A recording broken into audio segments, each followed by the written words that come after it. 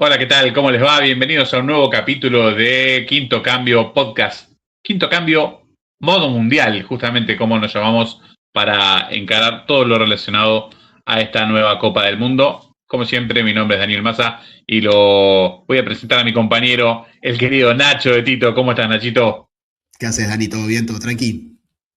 Muy bien, con muchas ganas, muchas repercusiones del último podcast con el grupo A y ahora el repaso sobre este grupo B, un mundial que, nada, no parece tanto cuando uno lo mira de lejos, pero cuando se pone un poco más específico en el recorrido de selecciones, bueno, se nota mucho la diferencia, la cantidad de equipos que se agregaron, la cantidad de grupos que se agregaron, prácticamente nos agregaron un torneo más, o sea, es Sí, como una Eurocopa hasta el 2012, bueno, está claro. anexada a la Copa del Mundo. Así que, nada, con ganas de repasar en este grupo B, voy a decir desde el principio que es un grupo que yo he mirado atentamente porque tenía serias expectativas de formar parte.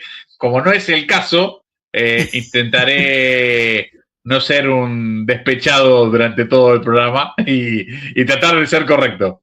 No como Juanelo, el microfonista, que, Que será despedido mañana, ¿eh? que se haya despedido mañana, exactamente. Así que, bueno, ya está. Dicho eso, ya puedo estar tranquilo durante el resto del podcast.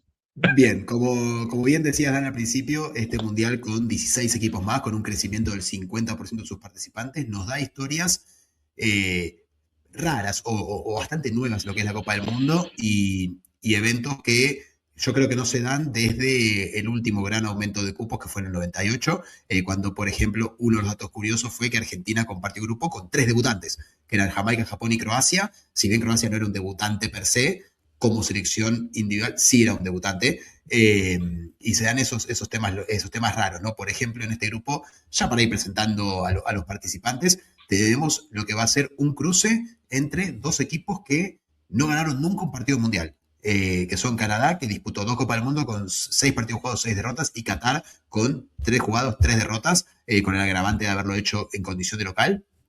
Pero bueno, tenemos dos equipos que se van a enfrentar que si no lo hacen en la primera fecha, al menos en la segunda fecha, algunos al menos van a sumar un punto.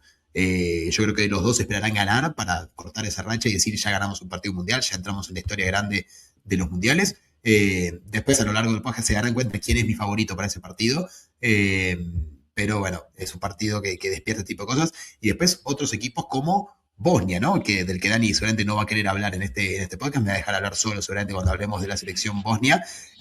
Una selección que, por ejemplo, juega su segunda Copa del Mundo y todavía nunca disputó una Euro. Un récord único en el mundo. Desafío a cualquiera que esté escuchando esto y a mismo Daniel Más en este momento que no sabe de este dato, que le iba a decir que me diga alguna selección que haya disputado un mundial y no haya disputado su copa local, lo cual, por ejemplo, en Sudamérica es imposible porque la Copa América la disputan todos. Claro. Y después en CONCACAF también la disputan casi todos, o sea, los grandes que han disputado mundial la disputan casi todos.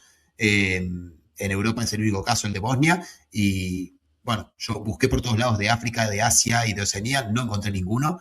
Bueno, si, obviamente si alguno encuentra algún caso, por favor menciónenlo en los comentarios, pero estaríamos ante la única selección que sí disputa mundial y no disputa la Copa de su confederación. Eh, y después un participante como Suiza, que ya es costumbre en estos eventos últimamente. Vamos a ver algunos datos de la selección, pero bueno, como hicimos con el grupo A, vamos a arrancar por quién es el cabeza de serie, en este caso que es Canadá, un extraño cabeza de serie para lo que es la historia de los mundiales. Justo mencionamos, ¿no?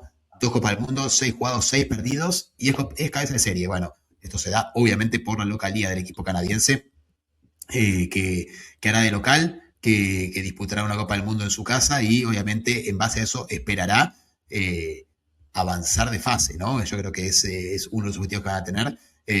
6 jugados, 6 perdidos. Estuvieron cerca del Mundial pasado, hay que decir la verdad, contra Bélgica en el primer partido. Tuvieron dos situaciones raras. La primera, obviamente, fue el penal errado por Alfonso Davies. Tuvo un penal Canadá contra Bélgica, empezó el partido, Courtois se lo tapó, y 10 minutos después tenemos la jugada de la imagen, que vemos a los jugadores de Canadá confundidos, por no decir atónitos o choqueados por lo que acaba de hacer el bueno de Jenny Sikahwe, un árbitro africano siempre envuelto en polémicas. El famoso árbitro que terminó un partido 5 minutos antes y después lo reanudó para terminarlo un minuto antes.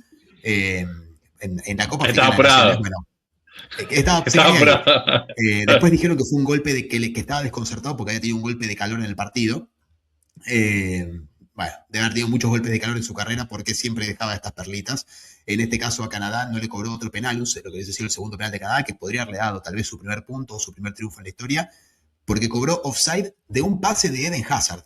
Eden Hazard, jugador de Bélgica, la pasó para atrás mal, la agarró un canadiense, le hicieron penal, un penal clarísimo, y el bueno de Caswell le cobró offside al canadiense por haber recibido un pase de Eden Hazard, una cosa que, bueno, solamente el bueno de Jenny Caswell podría haber cobrado. Termina un partido antes, cobra un offside, un pase rival, un fenómeno. El bueno de Jenny, que después de esto no dirigió más en el Mundial y a los meses después se retiró como árbitro. Está bien. Iba a decir, y que maten al VAR, ¿no? Porque exacto. Herramienta inútil, creada, vaya uno a saber para qué, porque si era para que deje de haber errores en el fútbol, bueno, ahora no solo nos quejamos de los errores arbitrales, sino que nos quejamos de los errores del VAR también. O sea, le agregamos un condimento extra a los errores. Exacto, porque yo entiendo que el VAR no puede participar en todas, pero yo creo que en decisiones tan erróneas o tan equivocadas debería poder participar, porque acá Canadá se privó de un penal que, está bien, con el antecedente que haya errado, tal vez no cambiaba el partido, pero que te podría haber puesto 1-0 arriba en tu debut mundialista, lo que hubiese cambiado completamente, no solo el mundial para Canadá, sino el panorama de ese grupo. Imagínate Canadá llegando a la última fecha contra Marruecos con 3 puntos en su haber, sabiendo que si ganaba clasificaba y si empataba tenía chance de clasificar a la siguiente ronda en un partido completamente distinto. También podría haber sido distinta la suerte de Marruecos. Marruecos podría haber quedado afuera en ese partido y no ser la historia de Cenicienta hermosa que tuvimos en Qatar como lo fue, y todo por un error que, digamos, no es que tengas que cortar el juego, no tienes que hacer nada diferente, solo tienes que, por el VAR, decirle, mirá, no es offside, el pase es del rival y listo. No tiene ninguna otra alteración en el juego. Son esas cosas que uno no entiende del VAR, que después van a buscar un roce de un jugador 3 minutos antes de un gol, pero estas que son clarísimas y las ve todo el mundo, y que no son de interpretación, no las cobran. Y además, perdón Nacho que te corté, hay un VAR no oficial que sabemos que tienen comunicación para jugadas en las que supuestamente el VAR no debe intervenir. Igualmente a veces le dicen, che, mirá, te estás comiendo una amarilla tremenda, sacala, y vos te das cuenta que el árbitro dejó seguir o paró el juego y hasta que no va a comprobar si tiene pulso el hombre que está caído, no la saca la tarjeta. Bueno, es evidente que le avisan por ahí. Bueno, de la misma forma que pasa extraoficialmente para algunas cosas, bueno, debería casi que habilitarse para todo, porque si no, no tiene sentido que tengamos, bueno, 3, 4 tipos ahí arriba que tienen que estar para las chiquitas, ¿no? Además, uno puede entender que en el proceso de utilización de la herramienta se va mejorando y se va perfeccionando. Bueno, ya está, ya un poco más, vamos para los 10 años del VAR, dejémonos de joder, ya úsenlo bien. Listo, ya está, ya esperamos todo lo que hay que esperar, muchachos. Listo, este va a ser el tercer mundial, si no me equivoco. Y sí, 2018-22 será este, sí, tercero. Tercer mundial, bueno, ya está. Ya no tenemos que ver errores de ese tipo. Sí, además, como decía recién, a mi gusto estas cosas que no son de interpretación, debería poder intervenir claramente, porque después hay otras que la mano, en qué posición está, o cuando hay un choque que dicen es falta, no es falta, un cabezazo en el que alguien hace una falta porque se apoya, y eso son muy de interpretación, depende de la jugada, de la velocidad. Esto no es como el offside, no es de interpretación. O si es córner o saque de arco, porque si alguien la toca en el camino, el arquero la toca o roza en un defensor. Esas cosas que no son de interpretación, debe poder participar el VAR y decir, no, mira, no era córner, era saque de arco. O, mira, no era offside porque el pase viene de otro jugador. Porque si hubiese sido offside por no estar en la misma línea, sí lo hubiesen recobrado. Ahora, como es paso real, no. Esas cosas raras que tiene el VAR, que yo creo que todavía está a tiempo de corregirla, me extraña que no lo hayan hecho ya en 8 años completos de la utilización de este recurso, sí. Pero bueno, esperemos que estén a tiempo de corregir los errores. Yo creo que también hay una cuestión que a veces pasa según quién es el árbitro principal y según quién es el VAR, porque no olvidemos que no son robots, son seres humanos. Sí, sí. Hay un respeto que se maneja, ¿sí? Que a veces, dependiendo quién es la figura principal, el árbitro principal del partido, bueno, el VAR está como cohibido y para las polémicas no lo llama, ¿sí? Y vos te das cuenta que hay jugadas que sí, che, mirá, vení a verla. Después, si te parece que no es, y seguís convencido de tu decisión, bárbaro, pero vení a verla. Ah, Sin pasarme de llorón, hablo del gol de Bosnia, por ejemplo, en la última eliminatoria con Italia. A ver, faltan 10 minutos, el partido es un gol y es un gol y vas al Mundial. Vení a verla, maestro. La jugada polémica, vení a verla vos, ¿sí? Que el VAR te llame, vení, mirala, la podés ver 20 veces, que es la facultad que te da hoy tener el VAR, que hace 10 años no lo teníamos. El árbitro pasaba como le pasó a Irlanda contra Francia, sos claro, pollo, mano y te fuiste y te robaron el partido. Bueno, hoy el árbitro tiene la posibilidad de intervenir y ver la jugada. Bueno, sí, no desaprovechemos esa herramienta porque justamente es un acto de justicia. claro. Cuando el árbitro la ve 4, 5, 6 veces y está convencido de su decisión, bueno, ya está, listo. Si después vos considerás que se equivocó, seguramente es una jugada absolutamente discutible en el fino, pero no en el grueso. No va a ser un error monstruoso, una jugada que la repasó 5 veces. No, no, 100%, salvo que haya algún otro interés oculto detrás, pero digamos, Sí, claro, eh, claro. toda jugada, por ejemplo, la de Italia y Bosnia, hay gente que te dice que falta, hay gente que te dice que no, hay gente que te dice que es mano, hay gente que te dice que no. Bueno, claramente es una jugada discutible, es una jugada que da la interpretación y da la discusión. Cien por Hay, ciento. hay otras, por ejemplo, los offsides, no son a discusión, o está adelantado o no está adelantado. Pongan la ley Wenger o Sí, no pongan la ley Wenger. Cuando pongan la ley Wenger va a estar adelantado también 1 centímetro o 10 centímetros, nada más que en vez de una parte del cuerpo va a ser la otra. O sea, total. eso va a estar siempre blanco-negro, mismo los corners, mismo los laterales, cuando es para un lado o para el otro. Yo insisto que ahí debería intervenir el VAR, sea quien sea el árbitro, y lo pida o no. Si marcó para un lado y vos ves que le rebotó el pie al otro, decirle, no, es para el de blanco, es para el de rojo, es para el otro equipo. Pues esas son las jugadas que te terminan cambiando un partido, o como nosotros hemos visto, bueno, mucho en el fútbol argentino, que te inclinan la cancha, y te la inclinan intencionalmente. Dicen, bueno, vamos al ejemplo de algunos equipos del fútbol argentino que les cobran 25 laterales a favor y al rival le cobran 3, o que le cobran 17 faltas en ataque y al otro 0. Claro, nadie te va a decir que se define un partido por una falta en ataque por un lateral, pero si te meten en un arco y te bombardean todo Claro, el partido, y en la nota te van a hacer el gol sí, y vos sí. no puedes pasar a mitad de cancha. Igual hay arbitrajes del fútbol argentino que son como el de Leslie Nielsen en La pistola desnuda, cuando es el árbitro del partido de béisbol. Y todos sabemos a qué equipos me estoy refiriendo cuando arbitran Sí. a qué equipo, ¿no? Pero bueno, nada, volviendo al Mundial, a Y diferencia algunos de la... los premian yendo al mundial, una cosa increíble. Sí, aparte. Increíble. Pero volviendo a la Copa del Mundo, además, en FIFA, a nivel FIFA, que es Campeonato del Mundo, es lo máximo a nivel competitivo, tenés las mejores herramientas porque los equipos de VAR, que los tienen que comprar los dueños de la liga, o sea, el ente de cada país, no siempre está la mejor equipación y a veces por eso vienen algunos errores. En este lugar, en el Mundial, no Sí, hay tienen lo nada que mejor. decir. Tenés lo mejor de lo mejor, bueno, muchachos, hagan bien su laburo y no se equivoquen. Nada más. 100%, 100%. Bueno, avanzando con Canadá y yéndonos del mundial anterior y de toda la polémica y de que todavía no ha ganado un partido, bueno, vamos a ver cómo intenta ganar un partido o al menos sumar una unidad a Canadá a este torneo, que fue con la llegada de Jesse Marsh. Jesse Marsh llega, Jesse Marsh es un histórico técnico asociado con Red Bull, dirigió a 3 equipos de la franquicia Red Bull a lo largo del mundo, también dirigió para alguno, tal vez que algún bielsista fanático que lo recuerde, fue quien reemplazó a Marcelo Bielsa en el Leeds cuando Bielsa finalmente se va del Leeds, y Jesse Marsh lo salva el descenso en la última fecha, consiguiendo un récord de lo que es la Premier League, que es el único equipo que se ha salvado del descenso, llegando a la última fecha en posición de descenso. Eh, y bueno, y luego en 2023 le tocó llegar a la selección de Canadá post-mundial y tiene un sistema de juego que ahora vamos a ver un poco, no polémico, sino raro. Él juega lo que se llama el 2-4-4.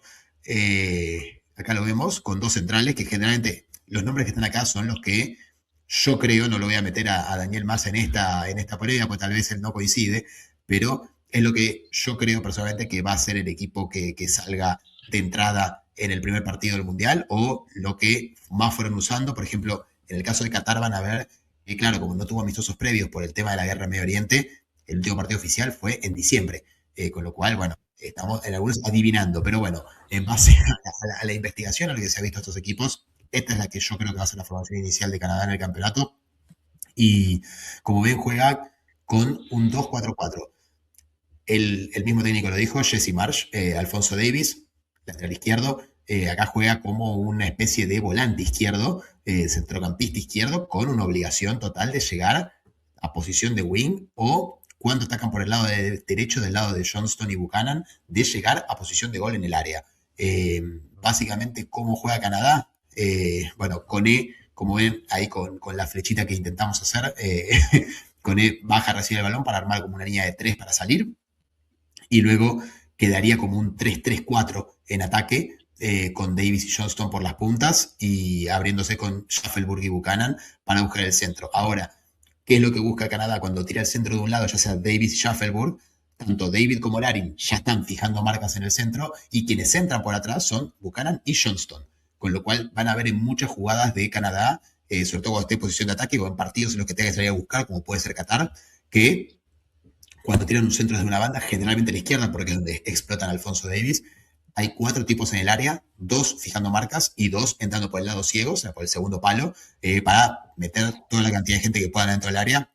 Y después el bueno de Eustaquio quedando ahí para el rebote, a ver si puede cazar una bola suelta para sacudir o terminar la jugada para que el equipo se acomode, porque en defensa Canadá toma otra postura. Acá vemos cómo cambiamos las flechas, y cuando defiende se transforma en un 5-3-2, dejando a David y a Larin adelante, cubriendo espacios, cubriendo la salida del rival, sin mucha presión alta, dejándolos avanzar siempre y cuando se pueda formar el 5-3-2 con Davis y Johnston yendo a su posición de laterales, Koné plantándose entre Cornelius y Bombito un poquito más adelantado, otra vez el bueno de Eustaquio cubriendo el medio, y Buchanan y Shuffleburg jugando como volantes por las puntas, como volante izquierdo y volante derecho, para formar un 5-3-2 y tratar de cerrar los espacios del rival. Pero bueno, generalmente para todos los equipos hicimos un solo gráfico de formación. Con Canadá está movedizo todo lo que hace Jesse Marsh, que creímos que ameritaba poner 2 gráficos, uno de cómo ataca, otro de cómo defiende, con las flechas indicando un poco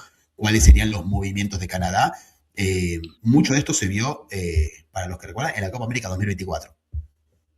Tal cual. Pensaba, bueno, primero que es muy interesante, sobre todo cuando uno lo ve así, después, dependiendo del rival, hay que ver cuánto te lo dejan hacer. Está claro hoy que no hay equipo que no sea estudiado hasta el extremo. No es más como antes que se subestima a todo el mundo. Hoy todos saben todo del rival. Sí decir que, hablando mal y pronto del juego, el 2-4-4 de Canadá es una deformación de un 4-4-2, nada más que los intérpretes, bueno, van variando la cantidad de cosas que tienen que hacer según tengan o no la pelota, y pensaba que si de verdad quedaría parado 2-4-4 y en la jugada de ataque involucra a toda esa gente, bueno, yo le recomendaría al muchacho que le cambie el nombre táctico a táctica ruleta rusa, porque cuando la pierdas, directamente ni vuelvan a los que están arriba, porque te agarra un equipo que sabe correr la contra y no lo vas a agarrar nunca más. Pero nada, es interesante y a mí me gusta cuando estos equipos, más allá de sus limitaciones, Canadá tiene buenos jugadores, pero digo, más allá de sus limitaciones, se animan a ir, tienen una búsqueda.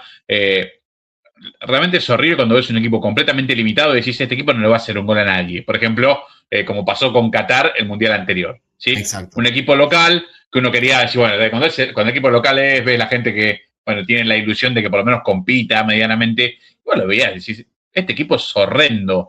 A ver, te preparaste 4 años o 6 desde que tenés la sede. Bueno, dale, maestro, un poquito más, ¿no? Del lado canadiense uno ve cierta evolución. Lo vimos con la Copa América, que creo que la aprovecharon muy bien, pensando que su objetivo final iba a ser locales en el Campeonato del Mundo. Tiene una figura como Alfonso Davis, que sería una figura en muchísimas selecciones, no solo en Canadá, sino que sería una figura importante en muchas selecciones. Habrá que ver, bueno, cuánto esto puede poner en práctica. Sin lugar a dudas, por lo menos es interesante. Tiene un técnico con rodaje, de muchos años dirigiendo. Eso siempre también es importante, porque cuando tenés debutantes, bueno, la cosa es toda una incógnita, y además a veces el escenario se los termina comiendo. Cuando un técnico ya tiene, bueno, peina canas en el banco, bueno, es más difícil que que quede abrumado por la situación. El otro día escuchaba una entrevista a Ricardo Lavolpe donde, bueno, hablaba de esto, ¿no? De los jugadores que hoy está en la moda, de los técnicos jóvenes. Y dice, vos cuando recién te retirás de futbolista, hiciste el curso, bárbaro. Y dice Lavolpe, que siempre es interesante con sus conceptos y su forma disruptiva de hablar, decía, que yo sepa, cuando los médicos se reciben, no ponen un consultorio, van a ser tantas y tantas horas adentro del hospital para terminar de aprender, y lo mismo pasa con los abogados, y la verdad, tiene razón. Vos en ningún laburo, más allá, quizás hoy alguna me dirá sí en los medios, que hoy tenés la facilidad de que por ahí ves algún influencer o alguno que se hace conocido rápidamente y enseguida escala. Bueno, yo le diría que seguramente escala tan rápido, pero la permanencia estoy seguro que no va a ser tan duradera si no demuestra los fundamentos que tiene que tener aprendidos antes. En el caso de los entrenadores pasa lo mismo. Vos a veces tenés un entrenador que decís, llega, ¿por qué? Porque fue un muy buen jugador, es un referente del club, lo ponemos. Está bien. A ver, ¿hay casos donde sale bien? Sí, la verdad que sí. Sí, Hay muchos. Todos te van a nombrar el caso Scaloni, muchachos, la verdad, con todo respeto por Scaloni y su capacidad y todo lo bien que le ha pasado y convirtiéndose con lo ganador que ha sido en uno de los mejores o el mejor de la historia argentina de los resultados. Es la última bola de la noche, le pusiste todo al 36 y te lo cantaron. Es un pleno así, no existe en el mundo, porque no fue una cosa planificada, fue una elección, no. La elección salió bárbara, todo machó perfecto con los jugadores. Genial, no estamos discutiendo eso. Estamos diciendo que lo normal no es que pase eso, y lo normal es que un técnico de selección tenga que tener un recorrido grande atrás para que cuando llegue a estos escenarios, bueno, no voy a decir no te asustes, no te abrumes, porque tenés tantas cosas para resolver que, bueno, además, pensemos esto, vos tenés un estudio de los 3 rivales, ¿sí? Que te tocan. Lo tenés que hacer sí o sí porque sabes que los 3 partidos los vas a jugar. En la condición que sea, ganando, perdiendo, empatando o estando eliminado, los 3 partidos los tenés que jugar. Como cuerpo técnico, vos sabés los posibles cruces. Algunos hoy, porque como tenés mejores terceros, ¿sí? El abanico que podés encontrar en octavos es gigante. Imagínate cómo tenés que seguir estudiando. O sea, hoy ya prácticamente estás obligado a estudiar a los otros 47 equipos de la Copa. Sí, bueno, seguramente, no van a estar estudiados como los primeros 3 rivales, pero sí tienen que tener un conocimiento importante, porque bueno, podés preparar después un partido en 3 días. No existe eso. Bueno, son cosas que, por eso la experiencia, no solo en acontecimientes grandes, porque a veces no es solo en un mundial, sino como decías, dirigir en Premier, dirigir en Europa, bueno, te van curtiendo para tener a alguien experimentado en el banco en la Copa del Mundo. Sí, Jesse Marsch, ya hace 6 años que está dando vueltas, fue asistente de selección en Estados Unidos, después estuvo, como dijimos, en 3 equipos de Red Bull, en 2 de ellos salió campeón, como es el de Salzburg y el de Nueva York. Después en el alemán le fue mal, pero bueno, fue la única mala experiencia que tuvo, digamos, en muchos años en el banco. Y con todo esto que dijimos, ¿no? De 2-4-4 y la innovación, uno diría, bueno, gana todos los partidos 5-4 o 4-3 o 3-2. La realidad es que, primero, el que recuerda la Copa América, Canadá clasificó con 1 gol a favor en el partido que le ganó a Perú 1-0. Después empató 0-0 con Chile y perdió 2-0 con Argentina. Después empató con Venezuela en los cuartos de final y después perdió con Argentina de vuelta 2-0. Con lo cual hizo 2 goles en toda la Copa América. Claro. Estamos hablando, incluyendo el tercer y cuarto puesto que pierde con Uruguay, ¿no? O sea que en 6 partidos hizo 2 goles. Bueno, en 30 partidos que lleva dirigido Jesse Marsch como entrenador de Canadá, hizo 38 goles. Es bajo. Recibió 24, con lo cual no le llegan a hacer ni un gol por partido. Uno pensaría que con el 2-4-4 sale a atacar a lo loco y es un demente y es un suicida. Bueno, no tanto. Cuando ataca, sí trata de ser punzante, sí trata de llegar con mucha gente al ataque, pero cuando repliega ese 5-3-2, trata de hacerlo lo más cerrado posible y que no le entren y buscar su oportunidad para atacar, y sí, cuando atacar, llegar con mucha gente. Bueno, espectacular el análisis del querido Nacho de Tito. Es un equipo que van a dar ganas de seguir. Los 3 locales siempre, en realidad los locales dan ganas de seguirlos, en este caso son 3. Así que, bueno, será interesante ver cuánto aprovechan su localía. Condiciones climáticas muy distintas, porque no va a tener nada que ver la localidad de México con la localidad de Canadá, por ejemplo, para dar un caso puntual. Pero sí será interesante ver, bueno, cuánto mueven del público, cuánto les interesa la Copa del Mundo. Hemos visto que hace una eternidad, porque son 32 años, un campeonato del mundo en Estados Unidos donde pasó casi desapercibido para gran parte del público local. Hoy sabemos que no es lo mismo. Hoy el fútbol ya ha abrazado a toda la parte de Norteamérica que antes lo miraba medio de costado. Bueno, será lindo ver si ese alcance es así. Y del lado canadiense, que no tuvo muchas oportunidades, su tercera participación en Copa, bueno, veremos si le da la chance de, como local, pasar de grupo, que es algo que queremos porque hasta ahora los locales vienen quedando afuera, nunca quedaban, ahora vienen quedando afuera, ahora queremos que pasen todos los locales. Exacto. Bueno, hablamos un poquito de Canadá, de cómo llega. Canadá, bueno, como dijimos, cuarto puesto en la Copa América, un resultado histórico, fue la primera vez que ganó un partido, fue la primera vez que avanzó de ronda, eliminó a una de las relaciones como fue Venezuela, que había tenido una ronda inicial excelente, y luego, bueno, quedó fuera con Argentina, no, digamos, nada que reprocharse al quedar afuera contra el campeón del mundo y el campeón de la Copa América anterior y de esa edición. La verdad que poco para recriminar. Una Canadá que llega también con buenos resultados en los amistosos. De los últimos 9 partidos solamente perdió 1, ganó 4, empató 4. Muchos de ellos sin Davis, que está lesionado. Solo perdió con Australia y empató, por ejemplo, con Ecuador y Colombia. ¿No? Dos equipos que van a jugar el Mundial, dos equipos que conocemos nosotros, que son muy duros. Le ganó a equipos como Rumania y Gales, ambos que jugaron el repechaje en Europa para entrar al Mundial. Con lo cual creo que Canadá llega en un mucho mejor momento que el anterior. La gran incógnita es Alfonso Davies. Alfonso Davies viene de muchas lesiones, una tras de la otra. No se sabe si va a llegar al Mundial. Tuvo una lesión, creo que fue en el isquiotibial hace poco. Dicen que dependiendo del grado, llega al debut o no llega al debut. Y estamos a 2 meses del Mundial. Con lo cual, si llega para el debut, no creo que llegue en las mejores condiciones. Y ya lo dijo Jesse Marsh anteriormente. Él es el termómetro del equipo, él marca para qué estamos, él marca si somos un equipo que va a pelear o no somos un equipo que va a pelear. Si el propio técnico habla así, no es por desmerecer al resto, yo creo que los propios compañeros deben estar prendiéndole velas a Alfonso Davies para que llegue, porque saben que es su ancho de espada y ancho de basto. Totalmente, un jugador importantísimo y que uno considera que, más allá de que tiene una lesión traicionera, a ver, casi que diríamos que no puede no estar. Va a estar como pueda. Y bueno, habrá que ver ese como pueda, cuánto influye en el juego de Canadá. Y seguramente él tampoco quiere perderse semejante Seguro. cita, que es. El mundial es una vez en la vida, ni imaginemos el mundial de local, ¿no? Sí. Es algo inimaginable. Inimaginable. Sí, Alfonso Davies, que además está teniendo una temporada con un equipo que sabemos que va a jugar todos los partidos posibles del año, prácticamente, que es el Bayern Múnich, Claro. que está en semis de Champions, que la Bundesliga va puntero, claramente va a pelear todo hasta el final, con lo cual, por un lado, para Canadá debe ser duro tener el último momento, por otro lado, si el Bayern llega lejos en todas las competiciones, puede ser que Alfonso Davies sume algunos minutos, con lo cual no llegue, si es que se recupera a tiempo, no llegue sin tan falto de fútbol, pero bueno, una verdad increíble, yo creo que lo que más le importa a Canadá, creo que debe importar poco y nada lo que le pasa al Bayern, sí lo que pasa con Alfonso Davies, porque yendo al tema de las expectativas de Canadá en esta Copa del Mundo, yo te digo, con el plantel completo, con Alfonso Davies, con David, con Larin, David, delantero de la Juventus, no lo nombramos, pero no es para desmerecerlo, ¿no? Sino que Alfonso Davies es la cara de Canadá, pero Jonathan David también un jugador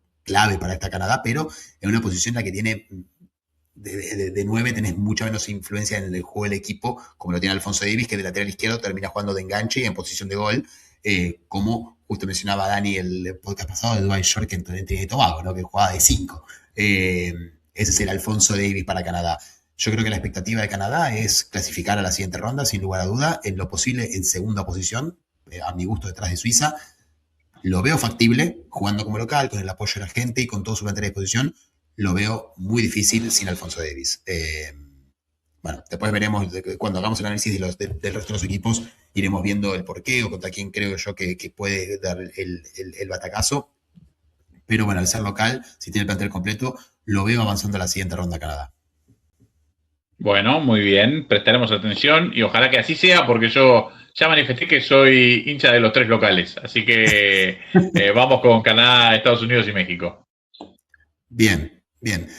Bueno, otro punto de interés también para Canadá y que demuestran cómo están fueron las Copas de Oro que disputó.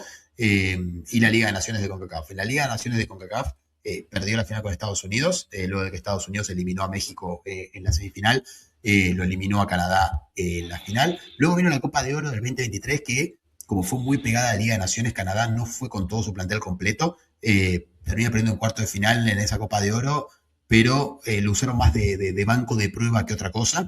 Ya mencionamos la semifinal de Copa América en el 2024 y también cuarto de final en la Copa de Oro del 2025, que sí fue tal vez un golpe un poco inesperado.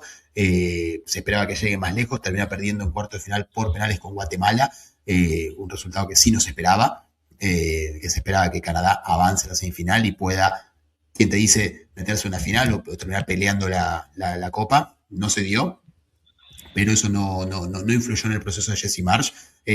Además ya faltaba un año para el Mundial, me parecía un momento muy raro para dar un volantazo, y además estaban muy contentos con lo hecho en la Copa América, con el estilo de juego y con lo que estaba mostrando Canadá en otros partidos. Muy buen récord en amistosos, ahí vemos los últimos 9 partidos jugados, 4 ganados, 4 empatados, 1 perdido. Y amistosos creo que desde que está Jesse Marsh, creo que si no me equivoco fueron 11 y perdió solamente 2. Con eso en un Mundial, más que clasificar a los mejores terceros, te asegurás casi 16avos de final. Y yo creo, insisto, de vuelta con el plantel completo, yo creo que Canadá puede meterse tranquilamente en la siguiente fase. Bueno, esperemos si es así. Realmente nos queda la expectativa de lo que nos dijo Nacho de Tito, que bueno, sabemos todo lo que sabe y el estudio fuerte que ha hecho sobre este equipo canadiense y sobre todo los que vamos analizando. Interesantísimo todo el análisis táctico, que para mí es la parte que uno menos ve de estos equipos, por eso está bueno el repaso. Obviamente la parte histórica que siempre nos gusta desde el lado de Quinto Cambio, y hay una conexión con nuestro país que siempre tienen los equipos y hacia allá vamos. Bien. No sé si querías que empiece por acá. Vamos por acá, perfecto.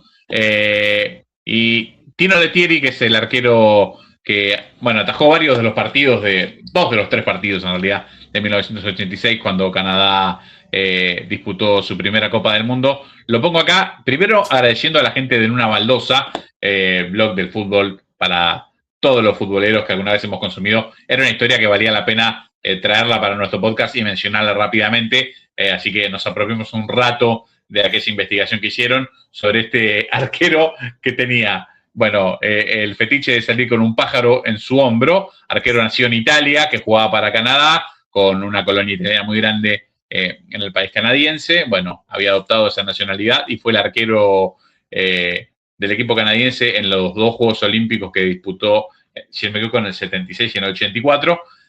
Y el entrenador quería contar con él, más allá de ser un ya jugador experimentado para el Mundial de México 86, pero acá el dato más gracioso, llevaba varios años jugando fútbol indoor. Así que cuando lo vieron en México y lo empezaron a probar, no lo vieron muy bien al querido Tino y lo sentaron en el banco del primer partido.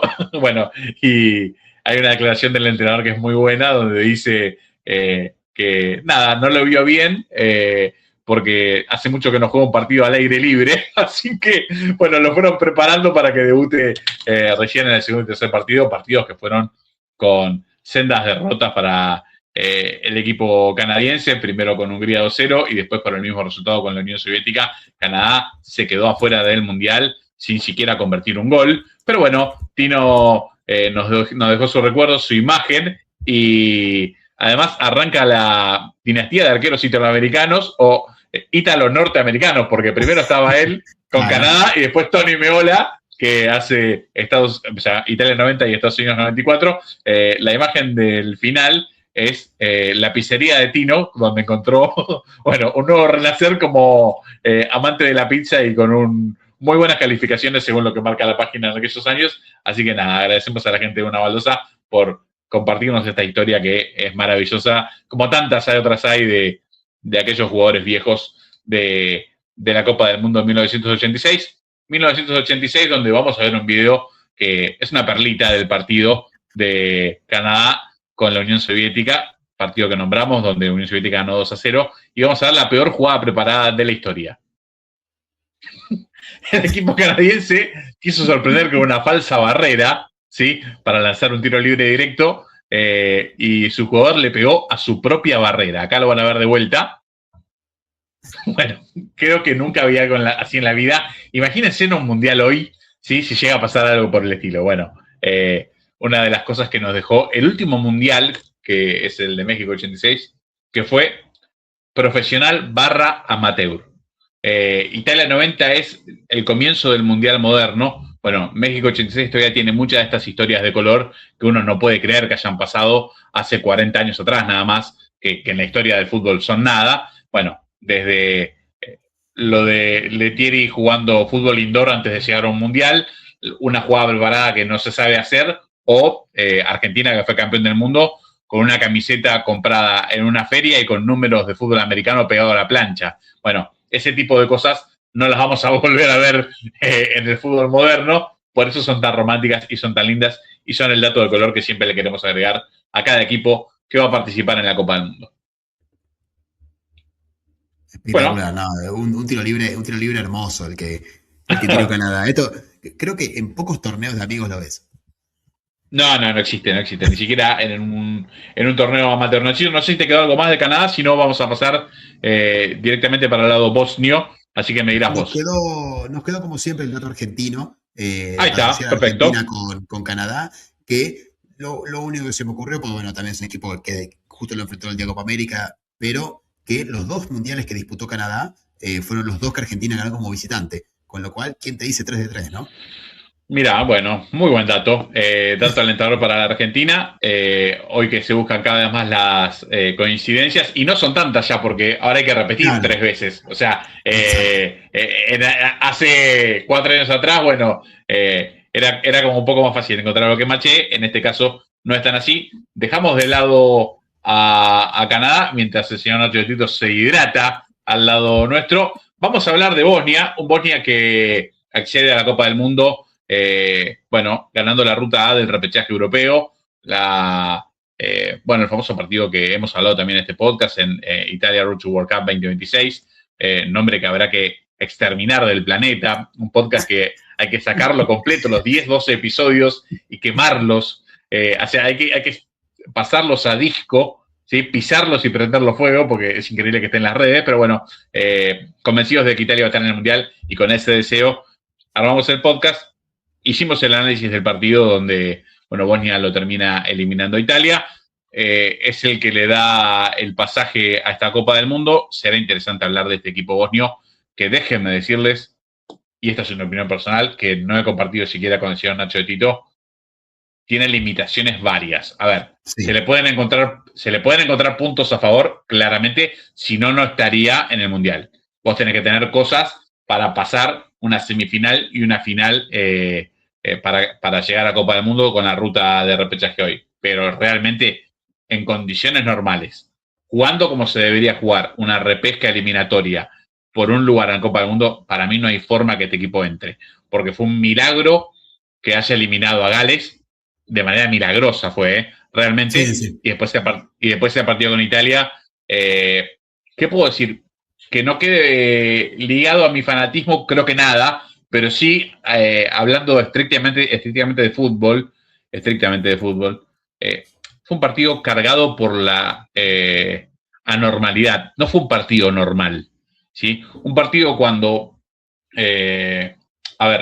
vamos a poner esto bien claro. Cuando vemos dos equipos que en la previa tienen mucha diferencia, mucha. No digo que sea el caso ese, entre Italia y Bosnia, pero digo en general. Vemos dos equipos que tienen mucha diferencia de manera, en su potencial futbolístico. Decimos, mira, la verdad, en el análisis previo no tiene chance, salvo que el partido se desarrolle de manera normal. ¿Qué significa? Bueno, que arranques ganando al minuto, que Boca Real Madrid le meta 2 goles a los 10 minutos, que Italia-Bosnia te quedes con un jugador más 50 minutos.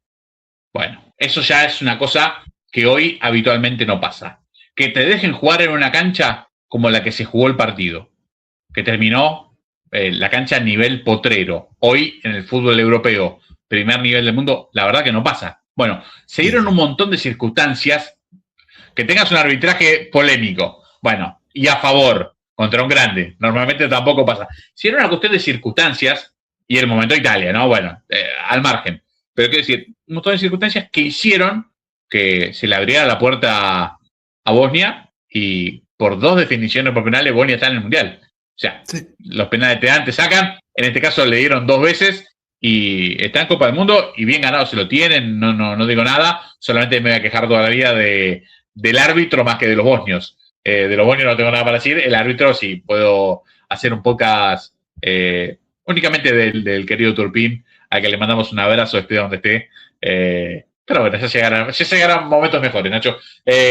Nada, carta abierta para Bosnia y el análisis del señor Nacho Tito. Bien, Bosnia, los Dragones vuelven a una Copa del Mundo 12 años después, como le dijimos un poco en la introducción. Jugaron el Mundial 2014, recordadísimo por todos los argentinos seguro, porque el primer partido de ese Mundial de Argentina fue justamente contra Bosnia. Y tiene dos sobrevivientes de aquel Mundial. Uno es el amigo Checo, todos lo conocen seguramente, 40 años, actual jugador del Schalke, ex jugador de la Roma, Manchester City y tantos otros equipos. Y el otro es el que vemos aquí, el número 5, autor del primer gol del Mundial de Argentina, creo que van 4 minutos, Argentina le gana a Bosnia 2-1, el primer gol es de Kolasinac en contra, que es el número 5, el que vamos acá. En ese momento tenía 20 años, hoy tiene 32, sigue siendo titular en la selección de Bosnia, jugador de Atalanta, hoy juega como central en Atalanta, como lateral izquierdo. Ahora vamos a ver un poco en el análisis táctico. En el equipo de Barbaret juega como lateral izquierdo. Bueno, se hacía el primer gol en contra Argentina en el Mundial 2014, va a ser uno de los dos que repite junto con Edin Dzeko en el Mundial de 2026. Como dijimos, segunda participación, nunca disputó una Euro, sí como siendo parte de Yugoslavia, lógicamente, pero bueno, caso único en el mundo, salvo que alguien me diga lo contrario en los comentarios o por WhatsApp o por donde sea. Es el único caso del mundo donde alguien juega un mundial y no juega la Copa de Confederación local. Eh, es un poco la historia, no tiene mucha historia Bosnia en los mundiales tampoco como para hablar. Sí poder decir que a diferencia de Canadá y de Qatar, que con los que comparte grupo, sí ganó un partido, porque en ese mundial, si bien pierde con Nigeria y Argentina y no avanza de ronda, sí le termina ganando a Irán, con lo cual, bueno, tiene una victoria en Copas del Mundo. Pero bueno, este es un grupo que tiene, por ejemplo, 3 equipos, como vimos, que nunca avanzaron de ronda en un mundial. Así que acá, al menos uno va a romper esa racha. Qatar, Canadá o Bosnia, perdón, va a tener que clasificar. No pueden quedar los 3 afuera, salvo que los descalifiquen. Es la única forma de que queden afuera. Eh, pero bueno, y para comandar este sueño, quien los entrena es un hombre que, por decirlo con alguna forma, un hombre que ha tenido suerte, que ha echado todos los dados, que ha tenido fortuna en el juego para llegar a este punto, porque el entrenador es Sergi Barbarés, que, haciendo el juego este de palabras, es jugador profesional de póker. Fue jugador de fútbol, conocido jugador de fútbol, desarrolló casi toda su carrera en el fútbol alemán, siendo ídolo de Hamburgo. Tal vez alguno lo recuerde, siempre tiene el pelo de un color raro, generalmente rubio. Ahora, bueno, si hay algo que no tiene pelo, pero en ese momento Claro. sí. Acá lo vemos al bueno de Sergi, creo que es Sergi, ¿no? Sergei, no sé cómo se pronuncia en bosnio, no sé bosnio. El bueno de Barbarés acá en un torneo internacional de póker, antes de ser entrenador de la selección de Bosnia.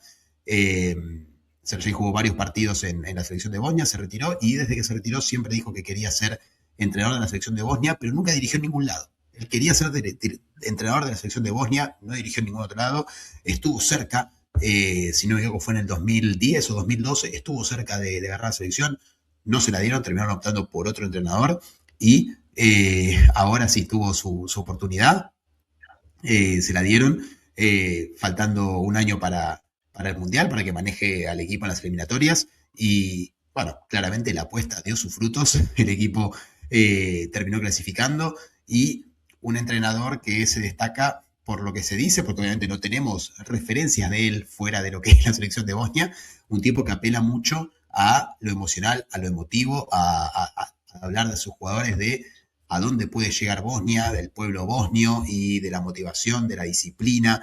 un motivador nato, un Bambino Veira moderno, digamos, sin la cabellera rubia que lo destacaba el Bambino, pero con el mismo índole motivador para llegar a Bosnia, y un tipo que tampoco tiene ningún problema en decir cómo juega su equipo y si tiene que jugar feo, jugar feo. Lo dijo solamente Dani, lo recuerdes, antes del partido con Italia. Si hacemos un gol voy a poner el autobús y si nos hacen un gol voy a poner el autobús del otro lado, diciendo, básicamente si hacemos un gol nos vamos a defender con uñas y dientes y si nos hacen un gol vamos a llenar el área de centros. Dicho y hecho fue lo que pasó. En cuanto hizo un gol Italia, lo único lo que se dedicó Bosnia fue a tirar 400.353.000 centros al área de Donnarumma. Uno fue gol, y eso lo llevó al tiempo extra y luego a los penales donde clasificó. Tal cual. Pensaba en lo que decíamos antes, por lo menos todo lo que decía yo antes de que, bueno, un entrenador tenía que tener un recorrido antes de agarrar una selección para no verse abrumado ante situaciones críticas. Bueno, todo eso lo pueden borrar ante el técnico bosnio, salvo que consideremos su carrera como jugador profesional de póker. Porque si no te tiembla la mano ahí, no te tiembla el pulso en la cancha. Así que desde ese lugar, bueno, toda la experiencia que tiene en el banco la tiene sentada en la silla con el Texas Hold'em. Correcto, muy bien dicho, muy bien explicado. Desde el lado táctico, desde el lado de lo que se puede esperar de esta Bosnia, bueno, Dani lo dijo muy bien, un equipo técnicamente muy limitado, un equipo que tiene limitaciones por todos lados, pero que yo creo que lo mejor que tiene es la defensa y el ataque. Suena raro que si yo les digo eso, es un equipazo. Bueno, a lo que me refiero es que el medio campo es de lo más flojo que tiene y te diría de lo más flojo de la Copa del Mundo. Digo, tal vez obviamente debe haber algunas selecciones, que ya haremos el análisis de cada una, que tienen peor medio campo, pero este medio campo, para ser de una selección sobre todo que clasifica desde UEFA, es muy pobre. Tiene una defensa, la verdad que sí podrá ser envidia de muchos equipos que están disputando el Mundial. Ya lo dijimos a Kolasinac, central en el Atalanta, aquí juega el lateral izquierdo para ser una contención, un lateral izquierdo como, no me acuerdo, Dani, si ahora lo hablamos acá o lo hablamos fuera del aire, como era Maldini, ¿no? Un central alto que sí era para defender. No que sea un Roberto Carlos que se va al ataque y te va a tirar 400 centros y va a hacer 500 goles por año, sino más un lateral defensivo, ¿no? De los viejos laterales. Diríamos un lateral a la europea antigua, ¿sí? Que uno solía ver en Europa, bueno, los famosos marcadores de punta, bueno, que veías un tipo de 1,85, 1,90 de marcador de punta, decís, este muchacho por más que tenga un buen dominio del balón, no lo vamos a ver muchas veces pasando la mitad de la cancha. Hoy, claramente eso se fue modificando con los años, sobre todo, diríamos, en los últimos 25, donde los laterales incorporaron una importancia en el fútbol que no tenían, pero todavía hay equipos, sobre todo en estos lugares del mundo, ¿sí? Donde antes de ir al paso 30 del fútbol, van al ABC, ¿sí? Que es, bueno, ¿cómo vamos a armarnos? Bueno, necesitamos 8 metros, 4 de 2 metros en el área para defender todos los tiros, porque el principal problema lo tenemos ahí. Bueno, eso hagámoslo bien. Que no nos desborden, recibamos cabezazos frontales, que vamos a devolver el 95%. Bueno, hacen bien eso, y además lo otro que ensayan hasta el hartazgo es intentar desbordar, porque la misma arma que tiene para defender, como decía Nacho, es la única que tienen para atacar. Es, bueno, encontremos alguna cabeza, y uno lo vio, sobre todo en el partido de Italia, se vio de manera repetida, porque Italia, al tener uno menos, se dedicó estrictamente a defender el gol que tenía de ventaja, que era, si a Italia no lo desbordan, el partido termina 1-0. Pero era cantado, ¿eh? Sí. Y en la única que lo desbordaron hacen el gol. Porque, claro, te llegan al fondo, tiran el centro y vos como defensor perdés toda referencia porque la pelota te viene del otro lado, ¿sí? De hecho, Mancini se deja anticipar por Seco, para mí con falta, pero se deja anticipar por Seco, y de ahí viene el gol. Pero tiene que ver con el desborde. No hay, en el fútbol, si no hay sorpresa, bueno, es muy difícil hacer goles. Cuando vos tenés un equipo como tenía Italia en ese momento, también con 3 centrales de 2 metros que espera de frente todo el tiempo, bueno, va a ser muy difícil que le hagas un gol a Donnarumma desde, no sé, 15 metros de cabeza. No va a ser lo más normal del mundo. Bueno, Sin embargo, cuando lográs hacer eso, que es buscar el desborde, y uno se daba cuenta que lo tenían ensayado porque es lo otro que saben hacer. Bueno, es que no nos desborden y cabeceemos nosotros para despejar. Y es, desbordemos e intentemos cabecear más de goles. Más o menos ahí viene la cosa. Sí, además tiene sus mejores armas, tanto en defensa como en ataque, ¿no? Hablamos ya de Kolasinac, que juega en el Atalanta, 32 años, es la voz de la experiencia, pero después, ¿por qué no juega de central? Uno iría central del Atalanta, Bosnio, tiene que ser el central titular de la selección, sin lugar a dudas. Bueno, Kolasinac se desempeña como lateral porque quien juega en su posición es Mujaremovic, también defensor que juega en Italia, que en este momento lo está tanteando el Inter y la Juventus. Los dos están peleando por él en el próximo mercado. Lo más probable es que termine en alguna en Grande Italia post-mundial. Creo que también va a depender mucho lo que haga en el mundial este chico, a ver qué pasa. 23 años él. Y después el otro gran valor que tienen es Dedic. Dedic en el lateral derecho, jugador del Benfica, que según dicen ya tiene todo arreglado para jugar en el Manchester City post-mundial también. Así que imagínense lo que sería, ¿no? Una defensa con un jugador que juega en la Juventus y otro en el Manchester City. Ya tenés una defensa que te envidia el 95% de las selecciones del mundo. Pero bueno, por eso, una muy buena defensa férrea, con un lateral como Dedic que puede mandarse al ataque para terminar armando, quedar con tres en el fondo, que serían Katic, Mujaremovic y Kolasinac.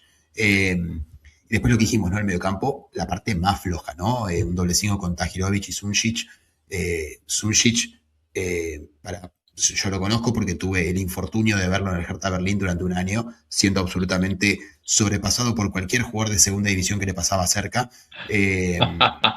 Claro, un tipo que no hizo pie en la segunda división alemana. Me sorprende que sea un tipo que sea titular en una selección que clasificó al Mundial. Sunšić inclusive no fue en la segunda división, fue en la primera división el año que Hertha desciende. Inclusive fue expulsado del equipo 6 fechas antes del descenso por el técnico. Lo echó de una práctica y lo echó del club. Me sorprende que un tipo así sea titular en un mundial. 29 años, además, no estamos hablando de un tipo tal vez de 35 o 36 años que aporta la voz de experiencia. Después Tahirovic, Bajraktarevic, que es, Dios me perdone si no se pronuncia así o cómo se pronuncia, y Memic, también no son jugadores. Tahirovic, si no me equivoco, juega en el Brøndby de Dinamarca. Son jugadores que juegan en equipos de segundo o tercer nivel europeo, y arriba otra vez la calidad, ¿no? Dzeko, que si bien ahora está jugando en la segunda Bundesliga, todos sabemos la trayectoria que tiene 40 años, por eso obviamente está en el Schalke por decisión propia. Él fue al Schalke, ya dijo que se retiraba post-mundial. En Schalke, si ascienden, lo quieren tener, y además rompería todos los récords de la Bundesliga en cuanto a longevidad y en edad. Pero Dzeko parece que se quiere ir en lo alto, y si asciende con el Schalke, se retira. Además, qué manera de retirarte ascendiendo con el Schalke y jugando un mundial, ¿no? El segundo de tu carrera. Y después Sí, otro delantero de Demirovic. Perdón, termina, Nacho. Termina, Nacho, y te agrego algo al final. Demirovic, la gran estrella de este equipo, la estrella actual, digamos, delantero de 28 años del Stuttgart, un delantero que lleva casi 100 goles en su carrera en menos de 300 partidos, la carta de gol de este equipo cuando Dzeko no está. Y volviéndolo a los centros, ¿no? Acá no lo puse, pero así como dije que Sunšić fue una desgracia en el Hertha, el suplente de Dzeko y Demirovic es Tabakovic, quien justamente hizo el gol frente a Italia, que es un delantero, es un mini Dzeko, un 9 viejo de esos de área, comparable por estilo, no me confundan, por estilo, con Batistuta, Luca Toni, esos 9 de área que vos le tirás un ladrillo y el tipo va a buscar la forma de enderezarlo para mandarlo al arco. Un 9 de área que tal vez no aporta mucho al juego, pero en el caso que Bosnia tenga que ir a buscar un resultado, vos le puedes tirar un centro y Tabakovic va a tratar de meter la cabeza, el pie, la rodilla, el codo, lo que sea, para que sea gol. Quería destacar que me resultó interesantísimo, y para destacar lo del entrenador con Kerim Alakbegovic, Sí. que lo puso en cancha en las dos definiciones, primero en Gales cuando el partido estaba prendido fuego, y después con Italia prácticamente jugó desde el segundo tiempo. Creo que fue el cambio en el entretiempo directamente, o sea, un extremo izquierdo, 19 años, y nada, un chico que se nota que, bueno, no le pesó la responsabilidad, desfachatado, en un partido que no te permitía hacer demasiado, encaraba, la pedía, iba para adelante. Nada, marcar que en un equipo con tantas limitaciones en lo creativo, un jugador donde por ahí no va de arranque, pero seguramente lo vamos a ver con muchos minutos en el Mundial, sobre todo porque, a ver, con todo respeto, sacando a Suiza, Canadá y Qatar, son menos que Italia y Gales. Entonces, Sí. si el técnico lo puso en esos partidos, bueno, seguramente lo va a poner para intentar hacerle daño a Canadá y a Gales. Me refiero sobre todo en la fase defensiva. Creo que, bueno, son equipos que necesitan que los ataques. Bosnia no va a tener un ataque fluido donde uno vea, bueno, que llueven goles, o por lo menos no en la previa piensa uno que va a ser así. Este va a ser un hombre que me parece que, bueno, va a tener muchos minutos. Sí, Alaj Begovic ya ha asegurado su pase al Bayer Leverkusen una vez terminado el Mundial. Hoy juega en el Red Bull Salzburg de Austria. Ya lo compró el Bayer Leverkusen, si no me equivoco, con 8 millones de euros. El precio que no me estoy equivocando, pero chequenlo. Pero lo más probable es que juegue en el Bayer Leverkusen. Lo más probable no va a jugar en el Bayer Leverkusen post-Mundial. Y hoy en día, con jóvenes de 19 años, tal vez no le da para meterse. Hay que ver si el técnico decide ponerlo de entrada, saca seguramente a Memich y lo termina poniendo, pero bueno, pasaría ya a ser más un 4-3-3, que no lo veo al amigo Barbarés jugándosela tanto con Bosnia. Más después de lo que vimos, ¿no? Un tipo que dijo que él es 4-4-2, cuidamos, reforzamos, lo bueno que tenemos lo reforzamos y lo malo tratamos de ocultarlo. Yo lo veo más, como dice Dani, ¿no? Entrando en el segundo tiempo para tratar de romper alguna defensa rival. Perfecto. Pero bueno, Sí. de Bosnia. Después, ¿cómo llega a este Mundial Bosnia? Bueno, lo estuvimos hablando ya durante todo el podcast. Le gana a Gales, le gana a Italia, ambos por penales, ambos empatando sobre el final. Hizo una buena fase de grupos, dejando el tercero en el grupo a Rumania, una Rumania que venía en crecimiento, que tiene la generación de oro, de plata, digamos, pues la de oro fue la de Hagi en los 90, pero digamos, tiene su generación de plata con el hijo de Hagi, entre otros, y lo dejó en tercer lugar, lo dejó bien en el tercer lugar. Bosnia, que tuvo algunos momentos de duda, por ejemplo, ganando a San Marino tan solo 1-0, una selección a la que todos le meten de a 5, de a 6. La verdad, meterle un solo gol fue preocupante. Un empate con Chipre, pero bueno, con los partidos que tenía que ganar frente a Rumania los ganó y le permitió ubicarse segundo detrás de quien será rival de la Argentina, Austria, para meterse finalmente en el repechaje. Así es como llega esta Bosnia, que llega obviamente con el ánimo en alza, que llega para hacer historia, para meterse en la siguiente ronda por primera vez y para dar que hablar en esta Copa del Mundo. Totalmente. Y además creo que todos los de este grupo deben hacer la misma cuenta, que es ganémosle a Qatar y vemos qué rascamos. Y hoy con tantos mejores terceros, bueno, con un partido ganado te pones ahí a la víspera de la clasificación para lo que serán 16avos de final. Sí, además, justo el primer partido, bueno, ya le fui dando una pista, ¿no? Diciendo que para mí Suiza iba a salir primero y que Canadá iba a tratar de pelear. Bueno, para mí Canadá y Bosnia se van a matar por el segundo puesto. Y justo es el partido inaugural del grupo, ¿no? No del Mundial, digo, el partido inaugural del grupo es Canadá-Bosnia. Y yo creo que quien gane eso casi que queda atado al segundo lugar. Y un empate, yo creo que si los dos saben que le van a ganar a Qatar, el empate es bueno porque con 4 puntos, quien salga tercero va a avanzar a la siguiente ronda. O sea, salvo una catástrofe o salvo unas rarezas en todos los grupos, con 4 puntos y tercer puesto deberías avanzar. Con lo cual tampoco creo que Bosnia y Canadá, yo creo que si faltan 10 minutos y están empatando, los dos van a decir, no estamos tan mal. Ganando a Qatar pasamos y estamos en la siguiente ronda, teniendo en cuenta que seguramente los dos cuentan una derrota frente al elenco helvético. Pero bueno, el objetivo claramente de Bosnia es avanzar de fase. Desde lo numérico estuvo cerca en el 2014, terminó con 3 puntos, pero bueno, llegó al día fecha ya sin chance de clasificar con 0 unidades, con lo cual solo desde lo numérico estuvo cerca, desde lo futbolístico nunca le alcanzó. Pero bueno, veremos cómo se le da a esta Bosnia, que claramente es un equipo que no le sobra nada, pero que lo sabe. Y tiene un técnico motivador que va a dejarlo todo y que pidió esta oportunidad hace más de 15 años, con lo cual, si alguien que lo tenía planificado en su cabeza, es él. Perfecto. Repaso excelente del señor Nacho de Tito, que bueno, nos dio un gran panorama de lo que será el equipo bosnio de cara al próximo Mundial, el grupo B del próximo Mundial, protagonista sin lugar a dudas desde el comienzo, porque lo veremos abriendo la Copa del Mundo en ese lugar, en ese grupo y en esa parte del continente, porque es la parte más arriba de Norteamérica. nos queda siempre un datito argentino de Nacho y después vamos a repasar, bueno, un datito de color, sobre todo con una figura, una vieja figura de la vieja Bosnia, la que no jugaba torneos. Bueno, datos argentinos, justo para Bosnia uno dirá, bueno, debe haber uno solo, no. Dos. Una que es que su actual entrenador, Bárbares, debutó en el 98 en un partido Argentina-Bosnia previo al Mundial de Francia 98. Un partido que Argentina le gana 5-0 como preparación para el Mundial de Francia. Y el dato número 2, vamos a ilustrar un poco este momento con el Goico atajando un penal, lo que fue un momento top de alegría para Argentina en el Mundial 90, es que muchos dicen que este penal desató la guerra en los Balcanes. Recordemos Yugoslavia, esta es la última Copa del Mundo que disputa previa a la guerra de los Balcanes, después en la Euro calificada justo en pos de Dinamarca que la termina ganando.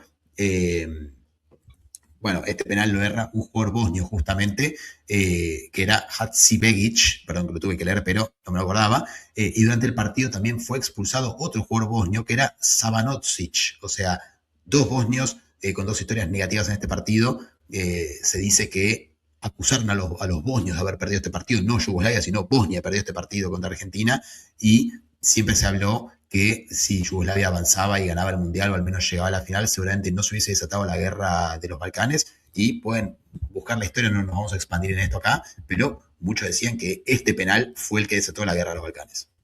Bueno, es increíble cómo el deporte forma parte de todo ese tipo de polémicas, por supuesto en la previa, y claramente los ánimos estaban más que crispados, era la excusa, bueno, ver por qué comenzaba. Esta es una de las que dice Nacho, y otra de las que se nombra habitualmente, también tiene a Argentina involucrado, que es en el Mundial de Básquet 1990, jugado acá, donde Vlade Divac agarra una bandera separatista croata, que era la bandera yugoslava, pero con el símbolo croata en el medio, y la tira en el piso. Bueno, y marcó el quiebre de una generación donde había serbios y croatas jugando para Yugoslavia, y a partir de ahí, bueno, no se hablar más, que es lo que se ve en el famoso documental Una vez hermanos, de la amistad de Divac y Drazen Petrovic, que, bueno, fueron figuras del básquet yugoslavo y después de la NBA, pero que también, bueno, marcaba lo que era el caldo de cultivo de un lugar que estaba crispadísimo al borde de la explosión, y que este tipo de actitudes, que por ahí en calentura en el partido uno no las piensa, bueno, imagínense si van a echar la culpa bueno, perdimos por ustedes, o sea, una cosa tristísima. Quiero decir, por si alguno no lo sabe o si alguno por edad no lo vio, en un partido donde Argentina, bueno, hizo todos los méritos para quedarse afuera, en un partido con Yugoslavia en cuarto de final, en Torino, en el mitad de la 90, donde jugó con un hombre más, un montón de minutos, no pudo hacer nada ante un equipo yugoslavo que era un muy buen equipo y que da la sensación de que, más allá de que Argentina tenía, bueno, a un Maradona disminuido físicamente, pero era Maradona siempre, en condiciones normales y 11 contra 11, daba la sensación de que Yugoslavia hubiese pasado esa fase. Obviamente 100% contrafáctico, no lo sabremos nunca, pero por lo menos deja esa sensación aún después de 30 y pico de años. Para cerrar con los amigos bosnios, si te parece, vamos a saludar a un viejo amigo de la casa. Al gran Hasan Salihamidzic. Ahí está, el gran Hasan Salihamidzic, como dice Nacho. Vamos a ver algunas imágenes del viejo Bosnia, porque este es el Bosnia de los comienzos. Salihamidzic, bueno, este es un partido interesantísimo porque justamente es contra Italia. Cuando se desató el otro día la polémica, esta es victoria de Bosnia sobre Italia en 1996, y Seco fue uno de los que dijo: respetemos a Italia, cuando pasó la polémica con Di Marco de que había festejado porque le tocaba a Bosnia, porque Italia fue el primero que se animó a venir a jugar a Bosnia en el año 96, y es ese partido que acabamos de ver donde, bueno, Salihamidzic hizo uno de los goles. Lo nombraba Nacho al comienzo, figura del Bayern Múnich en una época donde, bueno, el Bayern, cuando no tenía una selección en sí misma, un equipazo tremendo. Acá le tocaba pelear, en el Bayern le tocaba pelear por títulos y en Bosnia le tocaba pelear por intentar ganar partidos, sobre todo en una época donde, bueno, era más o menos como de llanero solitario.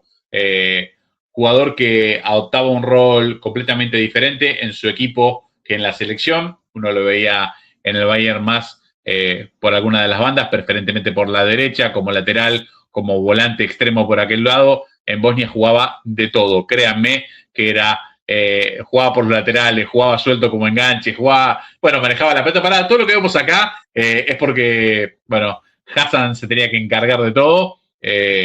Momentos complicados del equipo bosnio que seguramente son esos tipos que empiezan a forjar lo que después una generación de futbolistas más adelante terminan concretando. Claramente, sin un Salihamidzic no hubiese habido un Seco, no hubiese habido un Pjanic, no hubiese habido una Bosnia que, con juega 2 Copas del Mundo. Seguramente si uno de estos que, sea la cabeza de lanza no hubiese pasado, ahí, ya en la parte final de su carrera en el Bayern, aplaudido por toda la hinchada, después un paso por la Juventus ya cuando era bastante más mayor y sin embargo con un muy buen nivel en la Juventus recién ascendida, esa Juventus que tenía que reinventarse en el fútbol italiano también. Un paso muy interesante de un jugador que vale la pena destacar, como siempre decimos, es el último tramo de los equipos y nos gusta poner, o algún otro color o alguna mención para un jugador que no le tocó la época linda de su selección, pero sí, claramente uno lo recuerda. Un Salihamidzic de aquellos años, uno lo puede poner al lado de, salvando la distancia, porque no hablo de la calidad del jugador, sino que hablo de lo que significaba para su equipo, de Jari Littmanen o de Ryan Giggs en Gales, tipos que era todo muy forzado, era muy difícil entrar, los mundiales eran de 24, después 32, las euros eran de 16, jugar un torneo final era mucho más complicado que hoy en día y por eso nos privamos de verlos a muchos de ellos en las fases finales de los torneos más importantes. Nachito, Sí, por favor. no, digo, un Salihamidzic que después fue director deportivo junto con Oliver Kahn del Bayern Múnich hasta el 2023, donde fueron despedidos en esa liga que le ganan a la Borussia Dortmund en la última fecha y justo previo a la que pierden contra el Leverkusen. Me acuerdo haberlo visto en la cancha, estaba viendo el partido y digo, yo ese lo conozco, ese es conocido, ese. Y de repente dicen Hasan Salihamidzic y digo, claro, de ahí lo tengo. Ganó más de 10 títulos en el Bayern como jugador, estuvo 9 años. Creo que si no me equivoco fueron 6 o 7 Bundesligas en esas 9 temporadas que estuvo. Ganó la Copa de Campeones del 2001, la Intercontinental misma de ese año. No vamos a mencionar contra quién para no enojar más a Dani, de Bosnia. No, ya hablamos mucho de robos, no hace falta seguir mencionando robos, no hay problema. Es un programa. Si algo personal con los bosnios, decilo, la verdad no te hicieron nada estos tipos. Está todo bien. Está todo bien. Pero bueno, una carrera increíble. Y vos dijiste, sin los Salihamidzic no hubiese estado los Seco y todos los que vienen después. Bueno, esta selección de Bosnia, si no cuenta con 4 jugadores nacidos en Alemania que se nacionalizan bosnios por los padres, porque los padres habían escapado de la guerra, con lo cual creo que sin Salihamidzic tampoco tendríamos estos jugadores nacionalizados bosnios que quieran representar a Bosnia y no tal vez a la selección de Alemania o de alguna otra selección de ahí cerca. Tal cual. Bueno, espectacular para cerrar el repaso de Bosnia en este grupo B. Nos quedan 2 de 2 y como vamos a contar una intimidad, le decimos siempre a la gente en la previa, nos ponemos una duración del podcast con Nacho, no lo cumplimos nunca, en este caso obviamente otra vez no lo vamos a cumplir, pero intentaremos acelerar para el final, para los 2 equipos que nos quedan, y si no me equivoco, vamos con Qatar. Vamos con Qatar, vamos con el equipo qatarí. Un Qatar que, para hablar un poquito de la historia, fue la peor selección local en la historia de los mundiales. Hace menos de 4 años. Es horrible ese dato, es horrible. Además, arrancar así, ¿no? Es lapidario de entrada ya. Pero bueno, fue la peor selección local en la historia. No ganó, no sumó puntos, apenas hizo un gol. Acá lo vemos yendo a buscar la pelota porque ya estaban perdiendo encima esa condición de gol, ni siquiera iban ganando. El peor local en la historia, 3 partidos, 3 derrotas, superando lo que había sido Sudáfrica en el 2010, que se había quedado fuera en primera ronda, pero con muy dignos 4 puntos, ganándole inclusive a Francia. Pero bueno, un Qatar que cuando se enfrente a Canadá, alguno va a tener que sumar puntos. Insisto, salvo que cuando empiece el partido se agarran a trompadas 11 contra 11 y los descalifiquen, todos van a tener que sumar. Al menos esperen a que termine el partido para agarrarse a trompadas si se quieren matar. Así después de sumar el punto se pueden dar lindo y parejo. Bueno, vemos en la foto a Mohamed Muntari, no lo había dicho, en el partido Qatar 1, Senegal 3. En este momento era el gol del descuento del 1-2, donde nos ilusionamos diciendo, bueno, por lo menos quizás llega a empatar milagrosamente. Y bueno, no fue el caso. En un momento donde le hubiese venido muy, muy bien al profe Alfaro que le robe unos puntos Qatar a Senegal, no fue el caso y el querido profe se terminó quedando afuera en la última fecha con su Ecuador del año 2022. Es más, te Sí, diría que este gol lo elimina, porque Senegal estaba cómodo con el 2-0 y al ponerse 2-1, Senegal va a buscar el tercero. claro, Y eso claro, hace que quede un gol arriba, con lo cual, a partir de este gol, en la última fecha, a Ecuador ya no le servía el empate, que antes le servía, tenía que ir a ganar. exacto, Y eso hace que se exacto. descuide y Senegal se lo termine ganando para pasar a la siguiente ronda. Pero bueno, sin este gol, tal vez la historia de Ecuador y Senegal era muy diferente en la última fecha. Es increíble cómo se dan esas combinaciones en el fútbol. Y lo que decía Nacho es muy importante, lo decía en el comienzo del grupo, y es con casi la certeza de que con 4 puntos en los mundiales anteriores vos te quedabas afuera porque clasificaban 2 por grupo. Y hoy tenés casi la certeza de que con 4 puntos, hasta entrar en tercero, lo más probable es que pases. Bueno, es muy diferente lo que vas a buscar porque en la concepción anterior del Campeonato del Mundo, en el primer partido, un empate, si habías tenido un desarrollo favorable, y no te digo que te condenaba, pero si tenías 2 rivales de los más complicados después, bueno, ibas a complicar mucho tus chances. En el día de hoy, y la cosa ya empieza a ser distinta. El punto se va a mirar con más cariño porque, bueno, lo importante es entrar y después vemos qué pasa en la fase de eliminación. Claramente hay rivales a evitar, eso pasa en todos los mundiales, pero cuando ya es el mata-mata, bueno, llega un momento que no puedes elegir más y te toca el que te toca. Es la realidad. Sí, sí, sí. Es lo que hay. Yo creo que Qatar, de vuelta, Qatar en sí debuta con Suiza, justo con el favorito a mi gusto del grupo. Con lo cual, cualquier cosa que pueda sumar ahí, cualquier cosa que pueda agarrar, yo creo que se va a aferrar como una garrapata. No lo veo sumando puntos en su primer partido, pero le permite al menos ver cómo arrancan los otros dos del grupo para ver qué les conviene o qué pueden salir a hacer en el segundo partido. Recordemos que Qatar después va a jugar el segundo partido frente a Canadá y cierra con Bosnia. Con lo cual, bueno, tal vez el no jugar el primer partido directo, el jugar el primer partido sabiendo que vos vas contra el que probablemente sea el puntero, que si perdés no pasa nada, todos van a perder puntos ahí, tal vez te preocupas más por no perder por mucho que otra cosa, y después ver si puedes rascar 3 puntitos en algún otro lado, o 2 puntos que al menos te dejen segundo y ver si si te alinea todos los planetas para clasificar con 2 puntos, que la veo casi imposible, pero que puede pasar. Nada, hablando un poco de, bueno, historia de los mundiales, ya lo repasamos, no tiene mucha y es muy mala. Vamos a ir un poco con lo que es la actualidad, ¿no? Estaría en condiciones de decir que Julen Lopetegui va a ser el entrenador hasta que no den el pitazo inicial. No voy a decir nada porque en el 2018 todos creíamos que Lopetegui iba a ser el entrenador de España y faltando 48 horas lo despidieron y pusieron a Fernando Hierro a dirigir el Mundial, con lo cual vamos a hacer el análisis como si dirigiera Lopetegui sin tener la certeza de que va a llegar. Es más, dice que vieron viajando a Qatar a Fernando Hierro y Lopetegui empezó a temblar. No, hablando en serio, fue uno de los cambios más increíbles que uno le ha tocado ver, porque se sabía que estaban hipotecando la Copa del Mundo. O sea, un equipo español que si bien venía en una fase de recambio Sí, importante, no era un desastre, ni mucho menos. Era un equipo que tenía serias posibilidades, no sé si de ser campeón, pero sí de llegar a fases finales. De hecho, en el partido donde lo eliminaron, bueno, digamos que el VAR no se portó del todo bien para ser sí. sencillos y dejarlo así. Pero seguramente que vos reducís mucho tus chances, y no hablo de la capacidad de Hierro, que no la estoy justificando, ¿no? Un tipo con un referente absoluto de la selección y del Madrid, pero cambiar de entrenador, sea quien seas, faltando nada, 3, 4 días para arrancar la competencia como mundial. Sí, Una locura, es una locura. A ver, es típico de un equipo del mundo árabe, que uno puede llegar a ver esas cosas. Bueno, el jeque se enojó, así que echó al técnico. Bueno, después o del en fútbol Europa, africano.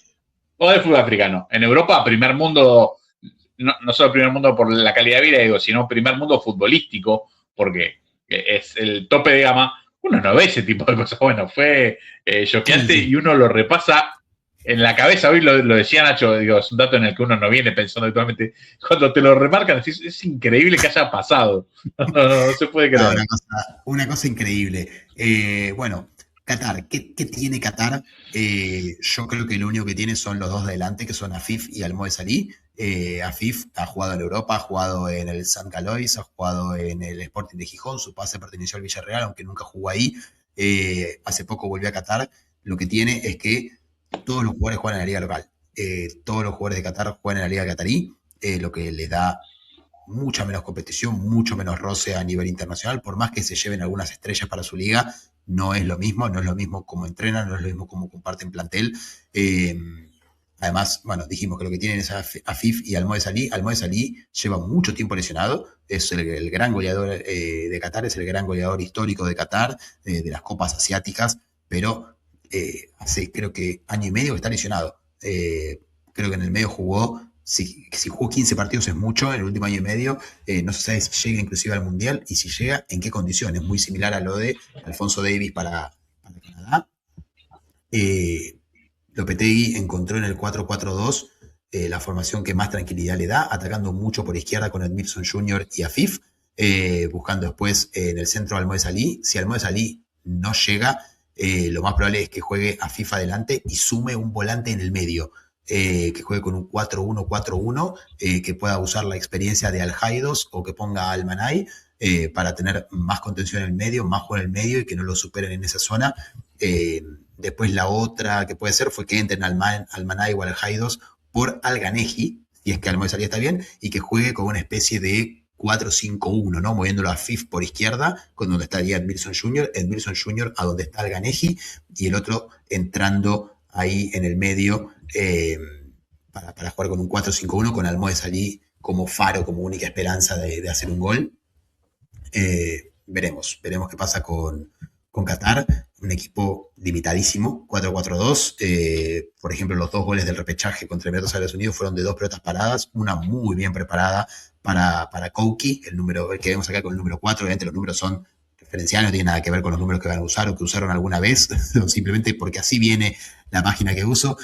Kouki tiene 20 goles en 120 partidos internacionales, para un central es una locura, un gol cada 6 partidos. Sí, numerazo. Un numerazo, gran juego aéreo, tiene más goles que muchos jugadores de campo que juegan en posiciones mucho más ofensivas. Es más, a mí que como entrenador de fútbol amateur me encantaba innovar, yo si fuera Lopetegui lo pruebo de 9 un rato, porque si va así de arriba, bueno, seguramente más de una la va a agarrar. Diría el profe Córdoba, es para ponerlo a Chiquito Ocio 9. Bueno, así. Para que te quedes tranquilo, Lopetegui te escuchó, porque el primer gol que le hacen a Emiratos Árabes Unidos es una jugada parada preparadísima, claro, para Kouki, sí. donde todos entran a pegarse al arquero y Kouki entra por el punto del penal a cabecear con marca, y aún así con marca la logra poner al lado del palo. Pero bueno, esta va a ser la formación, no creo que salga mucho acá. Pedro, en los últimos torneos, Pedro Miguel, torneos, sí, el de la Copa Árabe no la jugó, los últimos partidos no está jugando. Se habla de que Lopetegui metió un cambio generacional importante en Qatar, pero me parecería muy raro que Pedro Miguel, habiendo sido titular en toda la eliminatoria que terminó hace un año, no juegue el Mundial, ¿no? Que haga justo el recambio generacional después de clasificar sería algo absurdo, pero bueno, más absurdo también es que te echen 48 horas antes de empezar un Mundial. Así que veremos qué pasa. Todo puede pasar. Pensaba esto, será la formación base de Qatar. Pensaba esto, Nacho. Miraba los últimos partidos de Qatar y es sorprendente. Digo, uno no puede dejar de hacer hincapié cómo le cuesta ganar. Claramente, bueno, vemos una planilla que, bueno, destaca el rojo, un poco de amarillo y sí. el verde del triunfo se ve, bueno, casi nada. Sin embargo, le ha alcanzado para clasificar a la Copa del Mundo. Pensemos que hace 4 años jamás hubiese clasificado Qatar al Mundial si no era el No, país no. anfitrión. Ni de Mira, casualidad.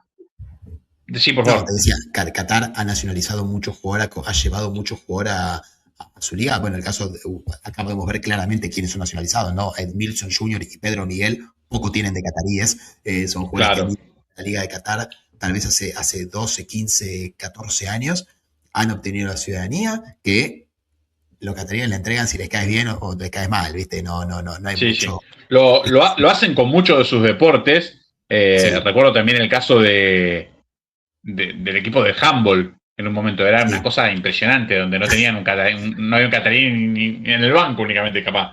Pero evidentemente es una práctica que tratan de utilizar, que se suele utilizar en otros deportes mucho más que en el fútbol de manera sí. habitual, cuando hay un equipo que está económicamente emergente, una nación que está económicamente emergente, y se quiere meter de lleno a competir en un deporte de alto nivel. Realmente es un atajo que sirve para que se fogueen los tuyos, pero no te va, a ver, no te va a solucionar el problema que tenés, ¿eh? Vos tenés que terminar siendo bueno con los jugadores que nacen en tu país porque no vas a poder nacionalizar 32 jugadores Sí, toda la para llevar vida. al Mundial. Sí, es No, o imposible. sea, Ali, por ejemplo, el Moisés Ali es sudanés, Kouki es argelino, Pedro Miguel es portugués y Edmilson Jr. es brasileño, digamos, o sea, la mayoría de estos jugadores no son nacidos en Qatar. Después, Afif sí, Afif es nacido en Qatar, Alowi también, pero nada, tienen que empezar a fortalecer un poco lo que es el talento genuino del equipo, porque si no, ese chorro en algún momento se corta.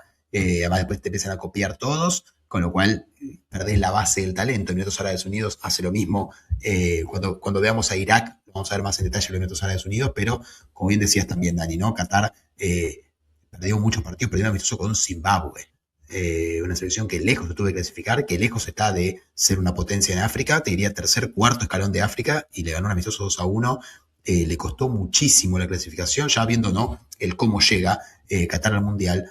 Con Emiratos Árabes Unidos, si bien le gana el partido final 2-1, en la ronda de fase de grupos pierde 3-1 y 5-0 con Emiratos Árabes Unidos, pierde con Kirguistán, un equipo que ni cerca estuvo de avanzar a la siguiente ronda, le costó con Corea del Norte, después tuvo una victoria resonante contra Irán, por ejemplo, 1-0, pero como decís vos, ¿no? Más rojo y más amarillo que verde lo que se ve.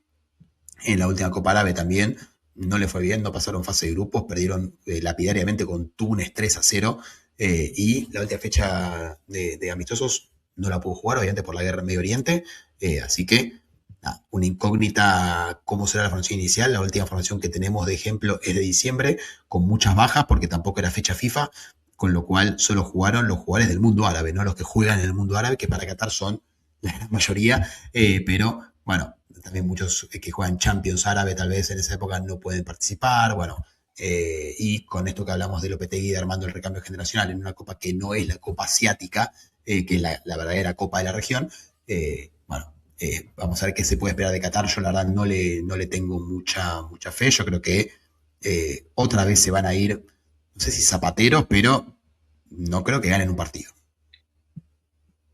Será difícil ver una gran evolución del lado de los cataríes.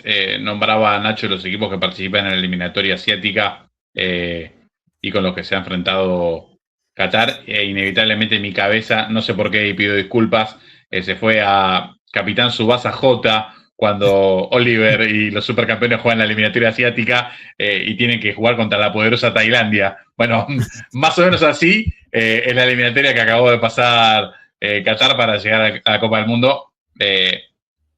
No se enojen, pero cuando uno dice que hay cupos de más en algunas federaciones, bueno, lo voy a seguir diciendo por más que me insulten de todos lados, no me importa. No puedo creer como Europa tiene tan pocos cupos entrando equipos que, bueno, nada. Me lo imagino a Qatar en la eliminatoria europea, Nacho. No sé cuántos puntos saca. No, No, yo creo que sumaría, bueno, obviamente a San Marino, Liechtenstein, a todo eso le ganaría. Y ya después a los del siguiente escalón, que serían quienes, Letonia, Bulgaria, Estonia, para mí creo no que le gana a ninguno. creo que le costaría ganarle. Creo que le costaría ganarle a uno de esos. Creo que lo veremos bien cuando enfrente a Bosnia. Bosnia, un equipo claramente de tercer nivel Sí, europeo, o tal vez borde segundo, si querés, por momentos. sí, sí. Vamos a ver, si le gana a Bosnia, deberemos meternos estas palabras por otro lado. La federación sí. va a ser, la asociación de cataríes en Argentina nos va a quedar fuerte, así que es una opinión, muchachos. Es una opinión, muchachos. Está todo bien. Pero bien. Bueno, básicamente para resumir, Qatar, su segundo mundial, hasta 0 puntos sumados, peor local, floja eliminatoria, floja Copa Árabe, pero es el bicampeón asiático. En el 23, un año después del mundial, fue el campeón asiático de vuelta. Y hay que ver si llega el goleador al Moesí.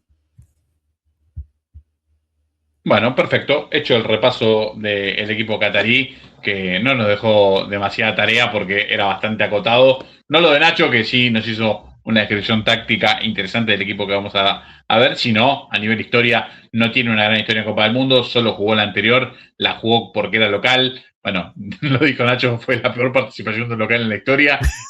Fue el peor equipo de la Copa siendo local. Una cosa tremenda. Y bueno, esperemos ver un equipo renovado que por lo menos sea interesante para ver los partidos, ¿no? Los futboleros nos dediquemos al periodismo, nos dediquemos a la comunicación, nos dediquemos a ver fútbol nada más. Disfrutamos de ver partidos de fútbol que sean interesantes. Bueno, ojalá que Qatar esté a la altura de darnos partidos interesantes en el próximo Mundial.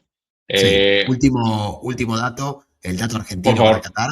El primer partido entre Argentina y Qatar se dio en 2005, cuando Argentina le ganó también previo al Mundial, en este caso de 2006, en un partido que fue la primera participación de Daniel Vilos en la selección argentina. Ahí está, bueno, Vilos que en aquel momento la descosió en Boca y ante una eventual convocatoria de Croacia, se apuraron rápidamente, así se dice, para convocarlo a la selección argentina, dejándolo sin mundial, porque para Croacia no pudo jugar, y sin mundial para Argentina, porque no lo llamaron nunca más. Así que una de esas cosas que pasan en este país, donde, de todas las críticas que le voy a hacer a Marcelo Bielsa, por las cosas en las que difiero a nivel de opinión con él, siempre voy a destacar la que contó Mauro Camoranesi, cuando él recibe el llamado de Italia, el llamado de Trapattoni para jugar lo que sería la clasificación y la Euro final del 2004. Camoranesi se comunica con Bielsa y le dice, mirá, me llegó esta propuesta, así, asá, para Italia. Y Bielsa contundentemente le dijo, yo no tengo mis planes, así que haz lo que te parezca. Y bueno, el tipo por lo menos se dio, tuvo la decisión en la mano de decir, bueno, a ver, voy a jugar un torneo grande para Italia, y jugó una Euro, y después se quedó tantos años en la Juventus, adoptó la ciudadanía italiana, terminó jugando el Mundial y terminó siendo campeón del mundo, Nacho. Sí. A ver, sí. Pensemos en lo que es, yo no voy a decir que Vilos iba a llevar a Croacia a ganar la Copa del Mundo, pero hablamos de una Croacia que un par de mundiales después terminó jugando los 7 partidos.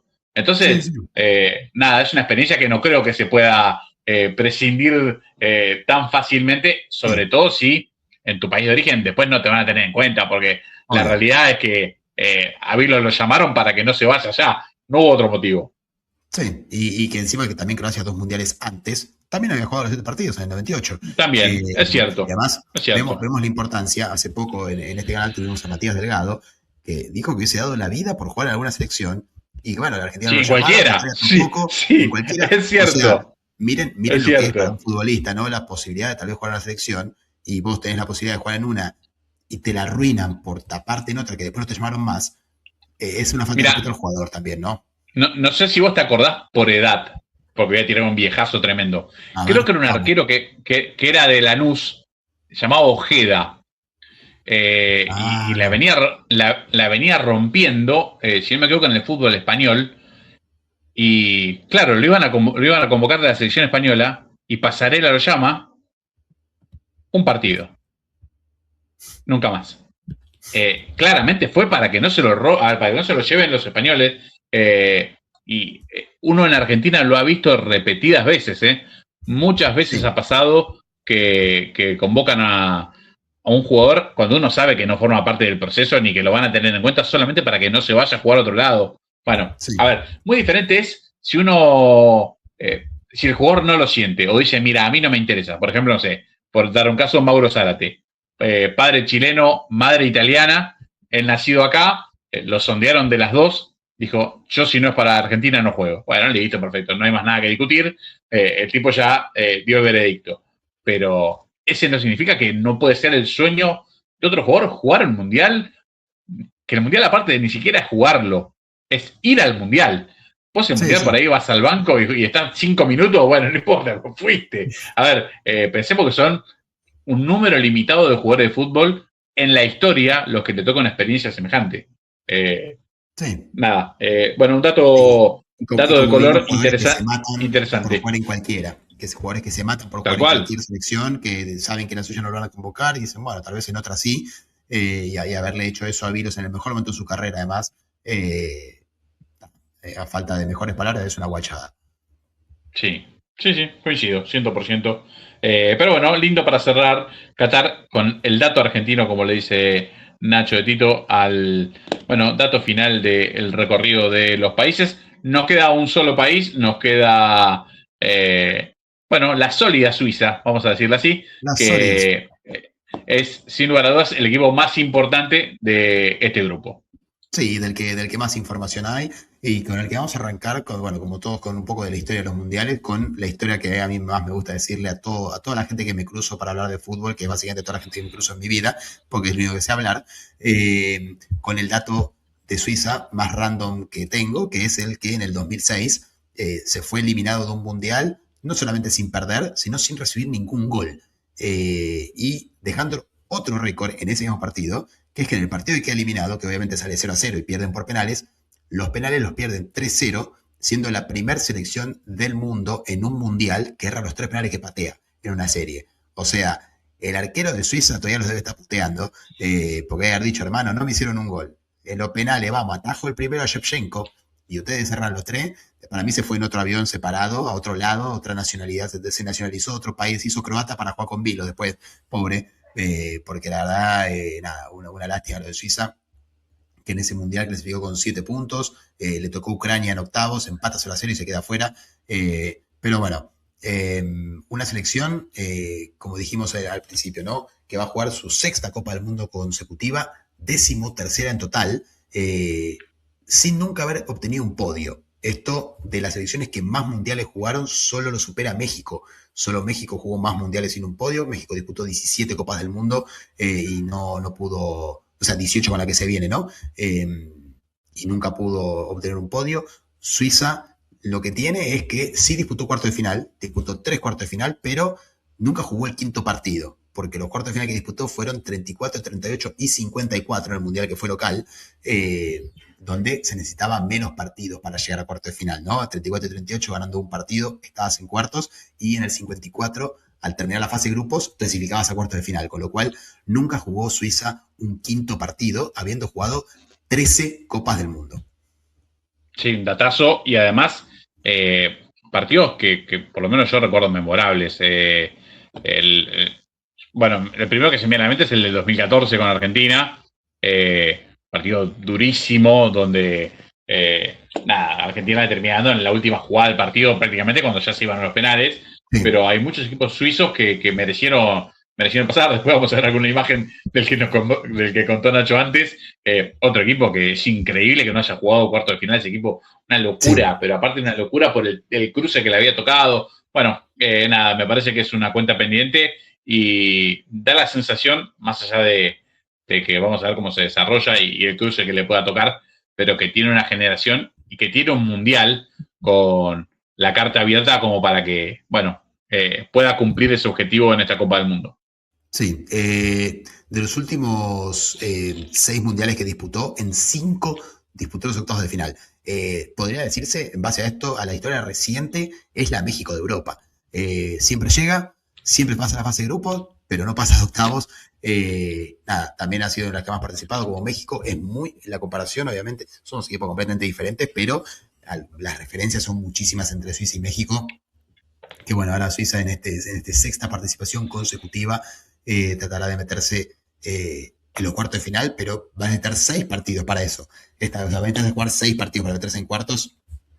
Nada, veremos hasta dónde le da a Suiza, pero creo yo, una catástrofe lo dejaría fuera a los 16avos de final. debería la verdad salir cuarto en este grupo o tercero sin los puntos necesarios para poder pelear un tercer puesto. Sería una catástrofe. Para mí Suiza está en los 16avos de final virtualmente. Y lo bueno de llegar primero es que enfrentaría a un tercero de grupo.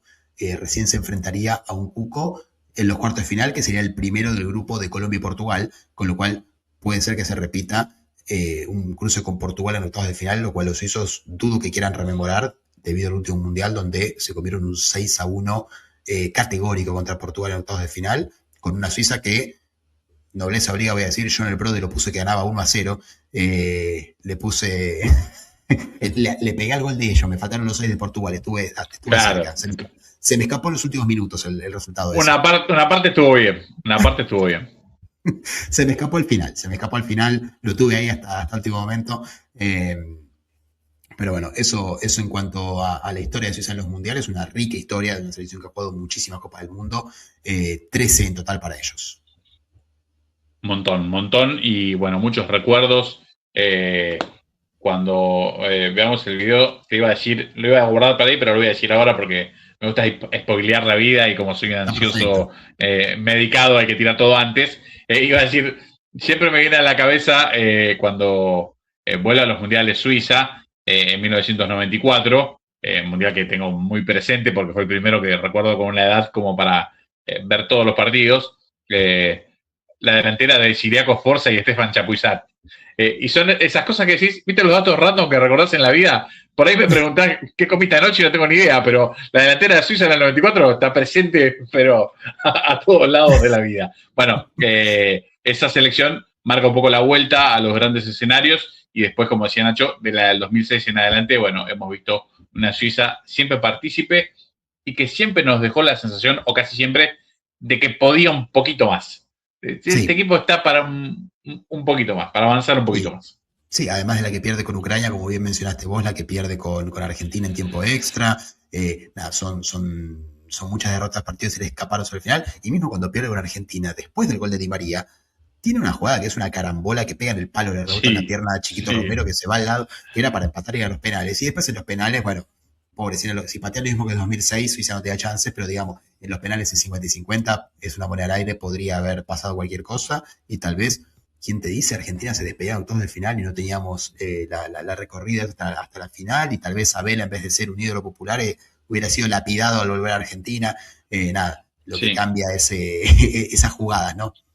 También se ve su evolución en las últimas 2 participaciones de Euro, alcanzando cuartos de final a 2 veces, que el cuarto de final de Euro de ahora también son 5 partidos.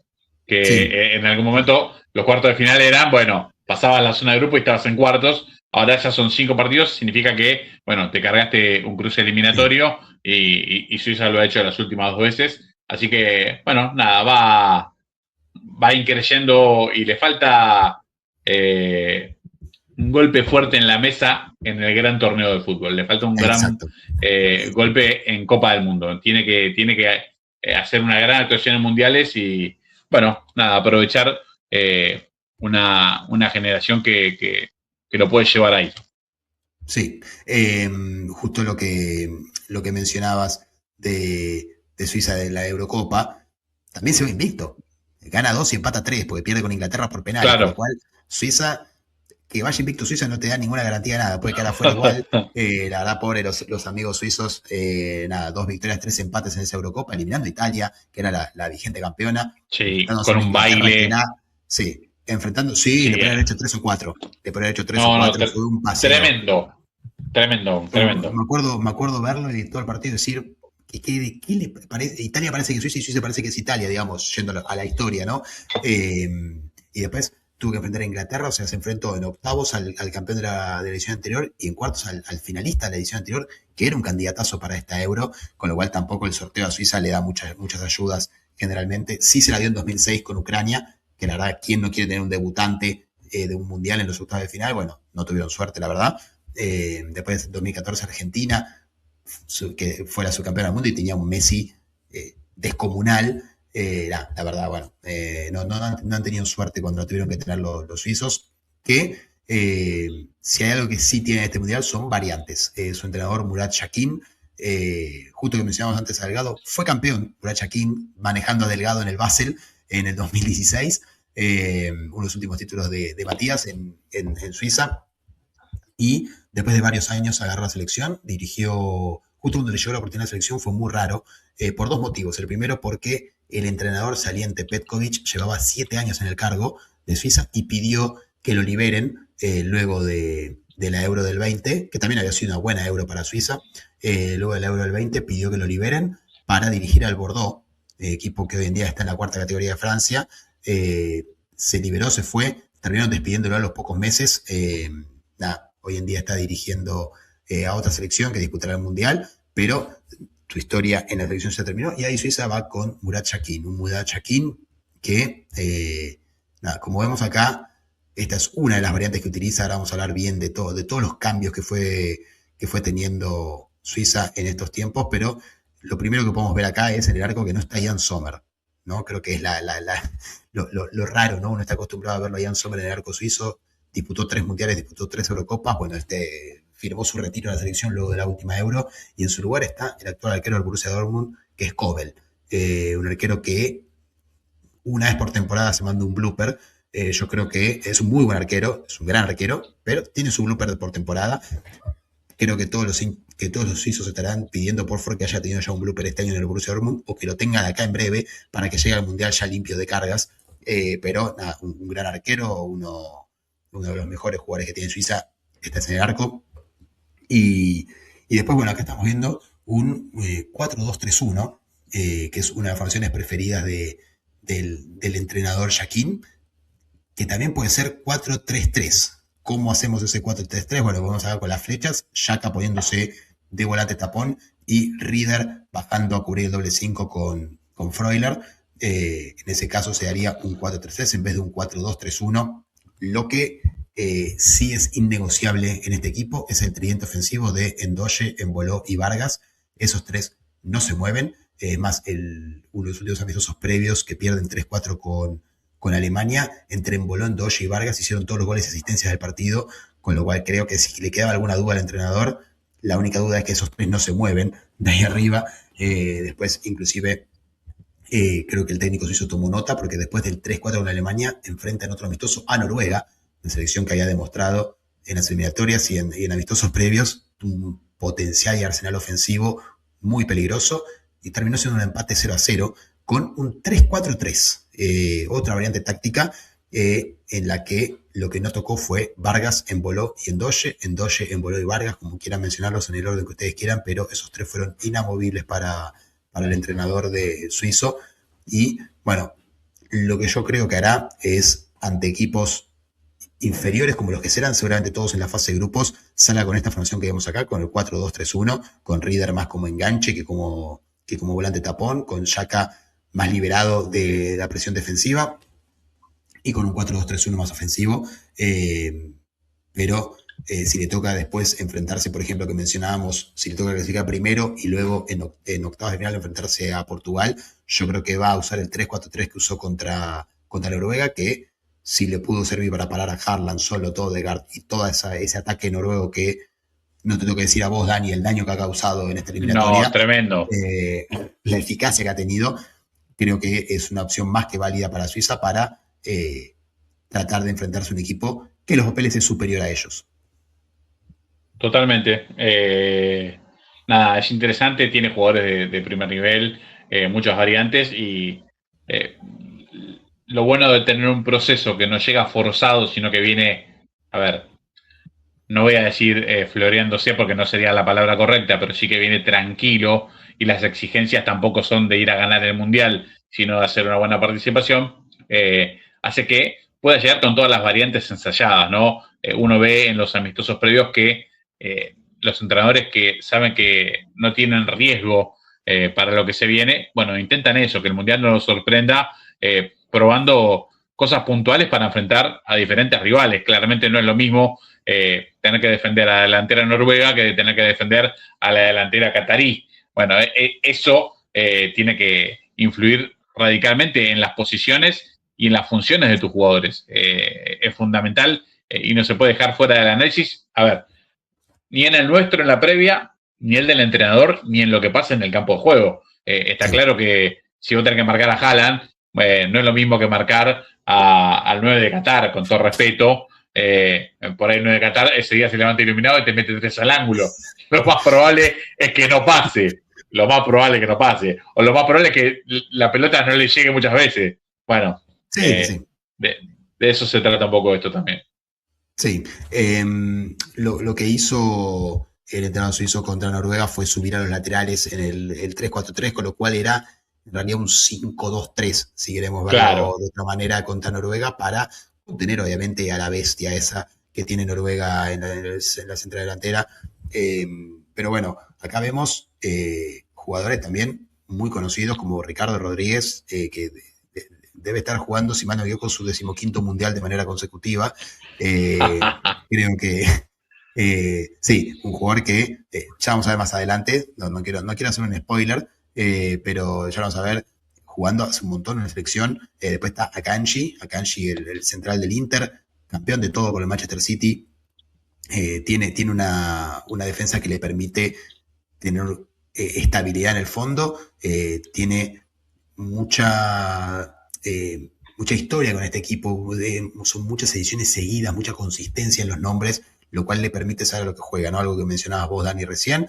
No son improvisaciones, saben lo que hacen. Este entrenador va a dirigir su segundo mundial con Suiza, después del 6-1 con Portugal, fue ratificado en el cargo, hizo una buena Euro, donde, como ya dijimos, se fue invicto, hizo una buena clasificatoria al mundial, donde también terminó invicto, 4 victorias, 2 empates, incluyendo 2 victorias frente a Suecia, que si bien Suecia hizo una clasificación horripilante, clasificó al Mundial. Y sabemos el poder ofensivo que tiene con Gyökeres e Isaac, y la verdad Suiza lo pudo neutralizar en ambos partidos y ganarle ambos partidos, clasificó casi sin despeinarse a la Copa del Mundo, con lo cual es un proceso que los jugadores conocen, que el técnico conoce también a sus jugadores, sabe lo que le pueden dar, tiene 3 sistemas tácticos completamente entrenados, y lo que todos esperan de un equipo suizo, ¿no? De algo, de lo que sea suizo, orden.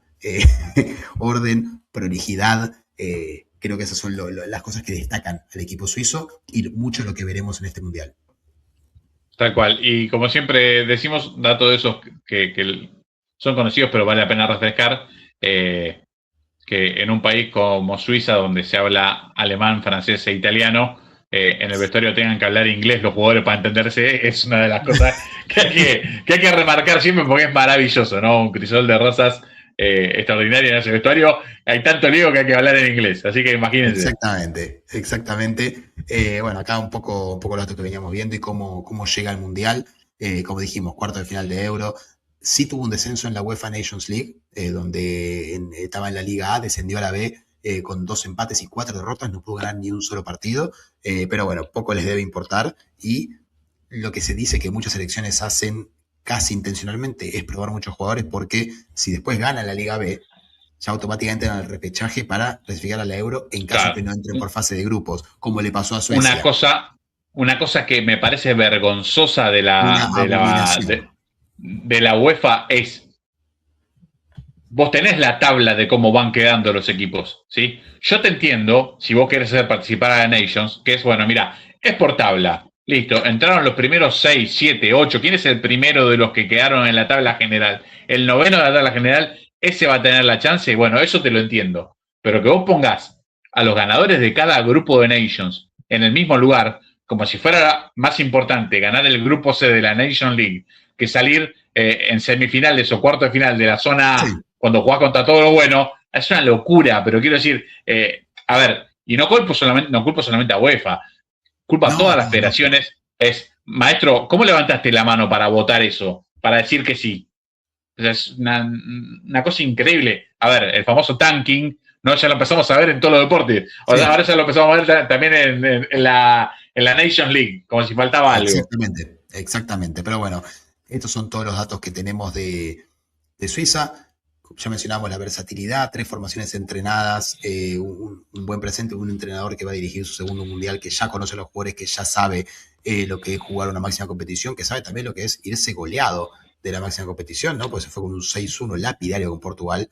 Había hecho una buena fase de grupos, ganándole a Camerún, justamente con gol de Embolo, nacido en Camerún, una de esas historias que nos da la Copa del Mundo, que no festejó el gol, algo rarísimo, una selección no festejar un gol, pero bueno, se entiende porque Embolo fue nacido en Camerún, después se mudó a Suiza, hizo toda su vida en Suiza y se nacionalizó suizo para jugar a la selección, y después el 3-2 contra Serbia en un partidazo que le permitió a Suiza clasificarse, en el medio la derrota con Brasil, pero bueno, una Suiza que yo creo que va como candidataza a este grupo y creo que candidata a meterse en octavos de final, perdón. Bueno, tomamos la expectativa del señor Nacho de Tito y veremos, bueno, los apostadores ya saben dónde buscarlo, Madrid es su ciudad. Vayan tomando nota. Después se tendrá que acercar el gol de esa sección porque yo ahí no tengo nada que ver, como ya verán.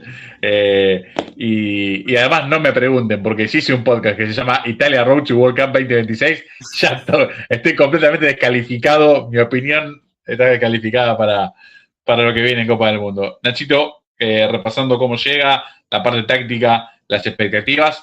¿Tenés el dato argentino de Suiza? Tenemos el dato Argentina de Suiza. Solo se enfrentaron 2 veces en Copa del Mundo con 2 triunfos argentinos. Y el otro dato es que en el 54, el único mundial que Suiza organizó, Argentina no participó por decisión dirigencial. Y claro, para una que de vean esas. Sí. Digo, una de esas épocas donde no íbamos porque por las dudas de si perdíamos. No, nada. No vamos directamente, somos los mejores, sin jugar. Sí. Y para que vean la longevidad de algunos jugadores suizos, busqué una foto de este momento con Xhaka de fondo, pero no la encontré, pero sí encontré al eterno Ricardo Rodríguez. Acá vemos Di María festejando el 1-0 en el 2014, el gol en tiempo extra. ¿Y quién estaba atrás sufriendo el gol? Ricardo Rodríguez, 2014, será titular en el 2026 como lateral izquierdo. Había otras fotos de Xhaka, por ejemplo, una marcando a Messi, un muy joven Xhaka.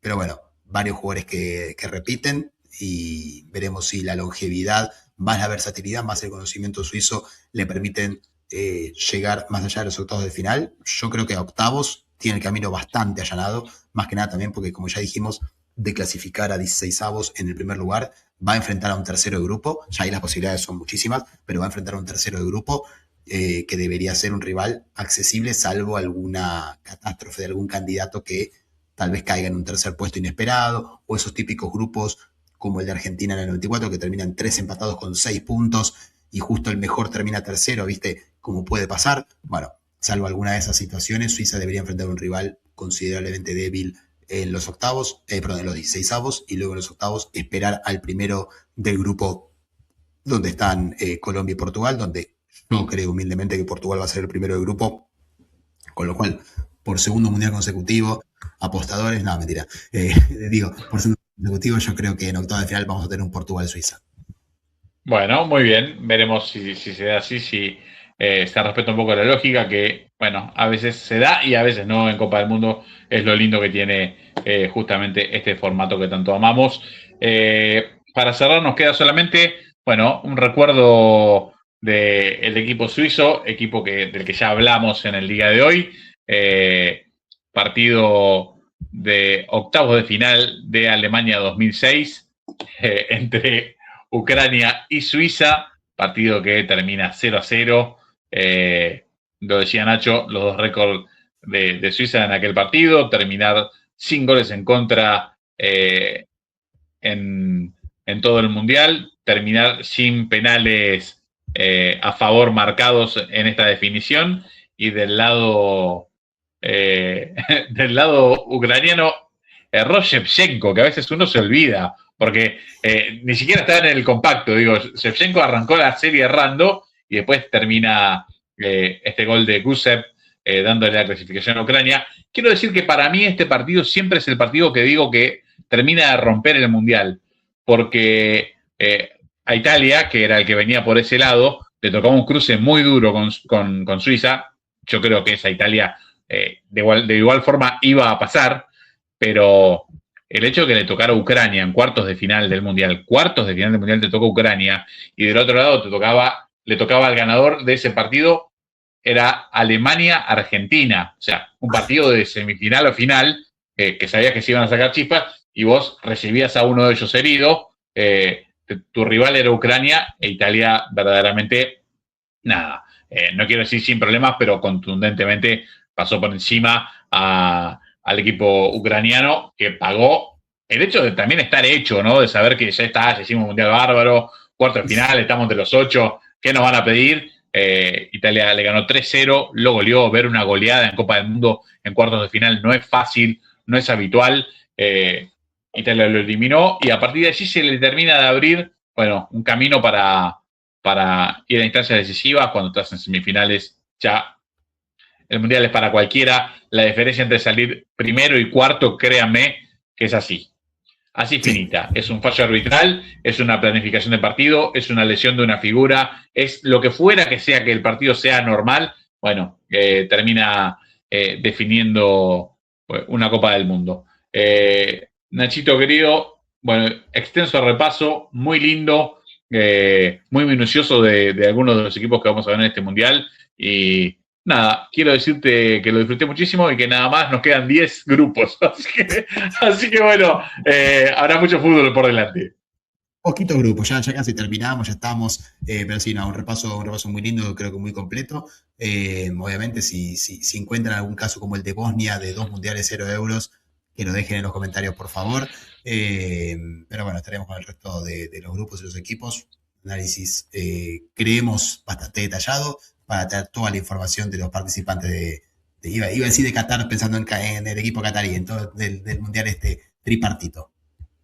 Perfecto. Bueno, Nachito, un placer como siempre. Lo mismo digo, Dani, un abrazo enorme. Abrazo grande.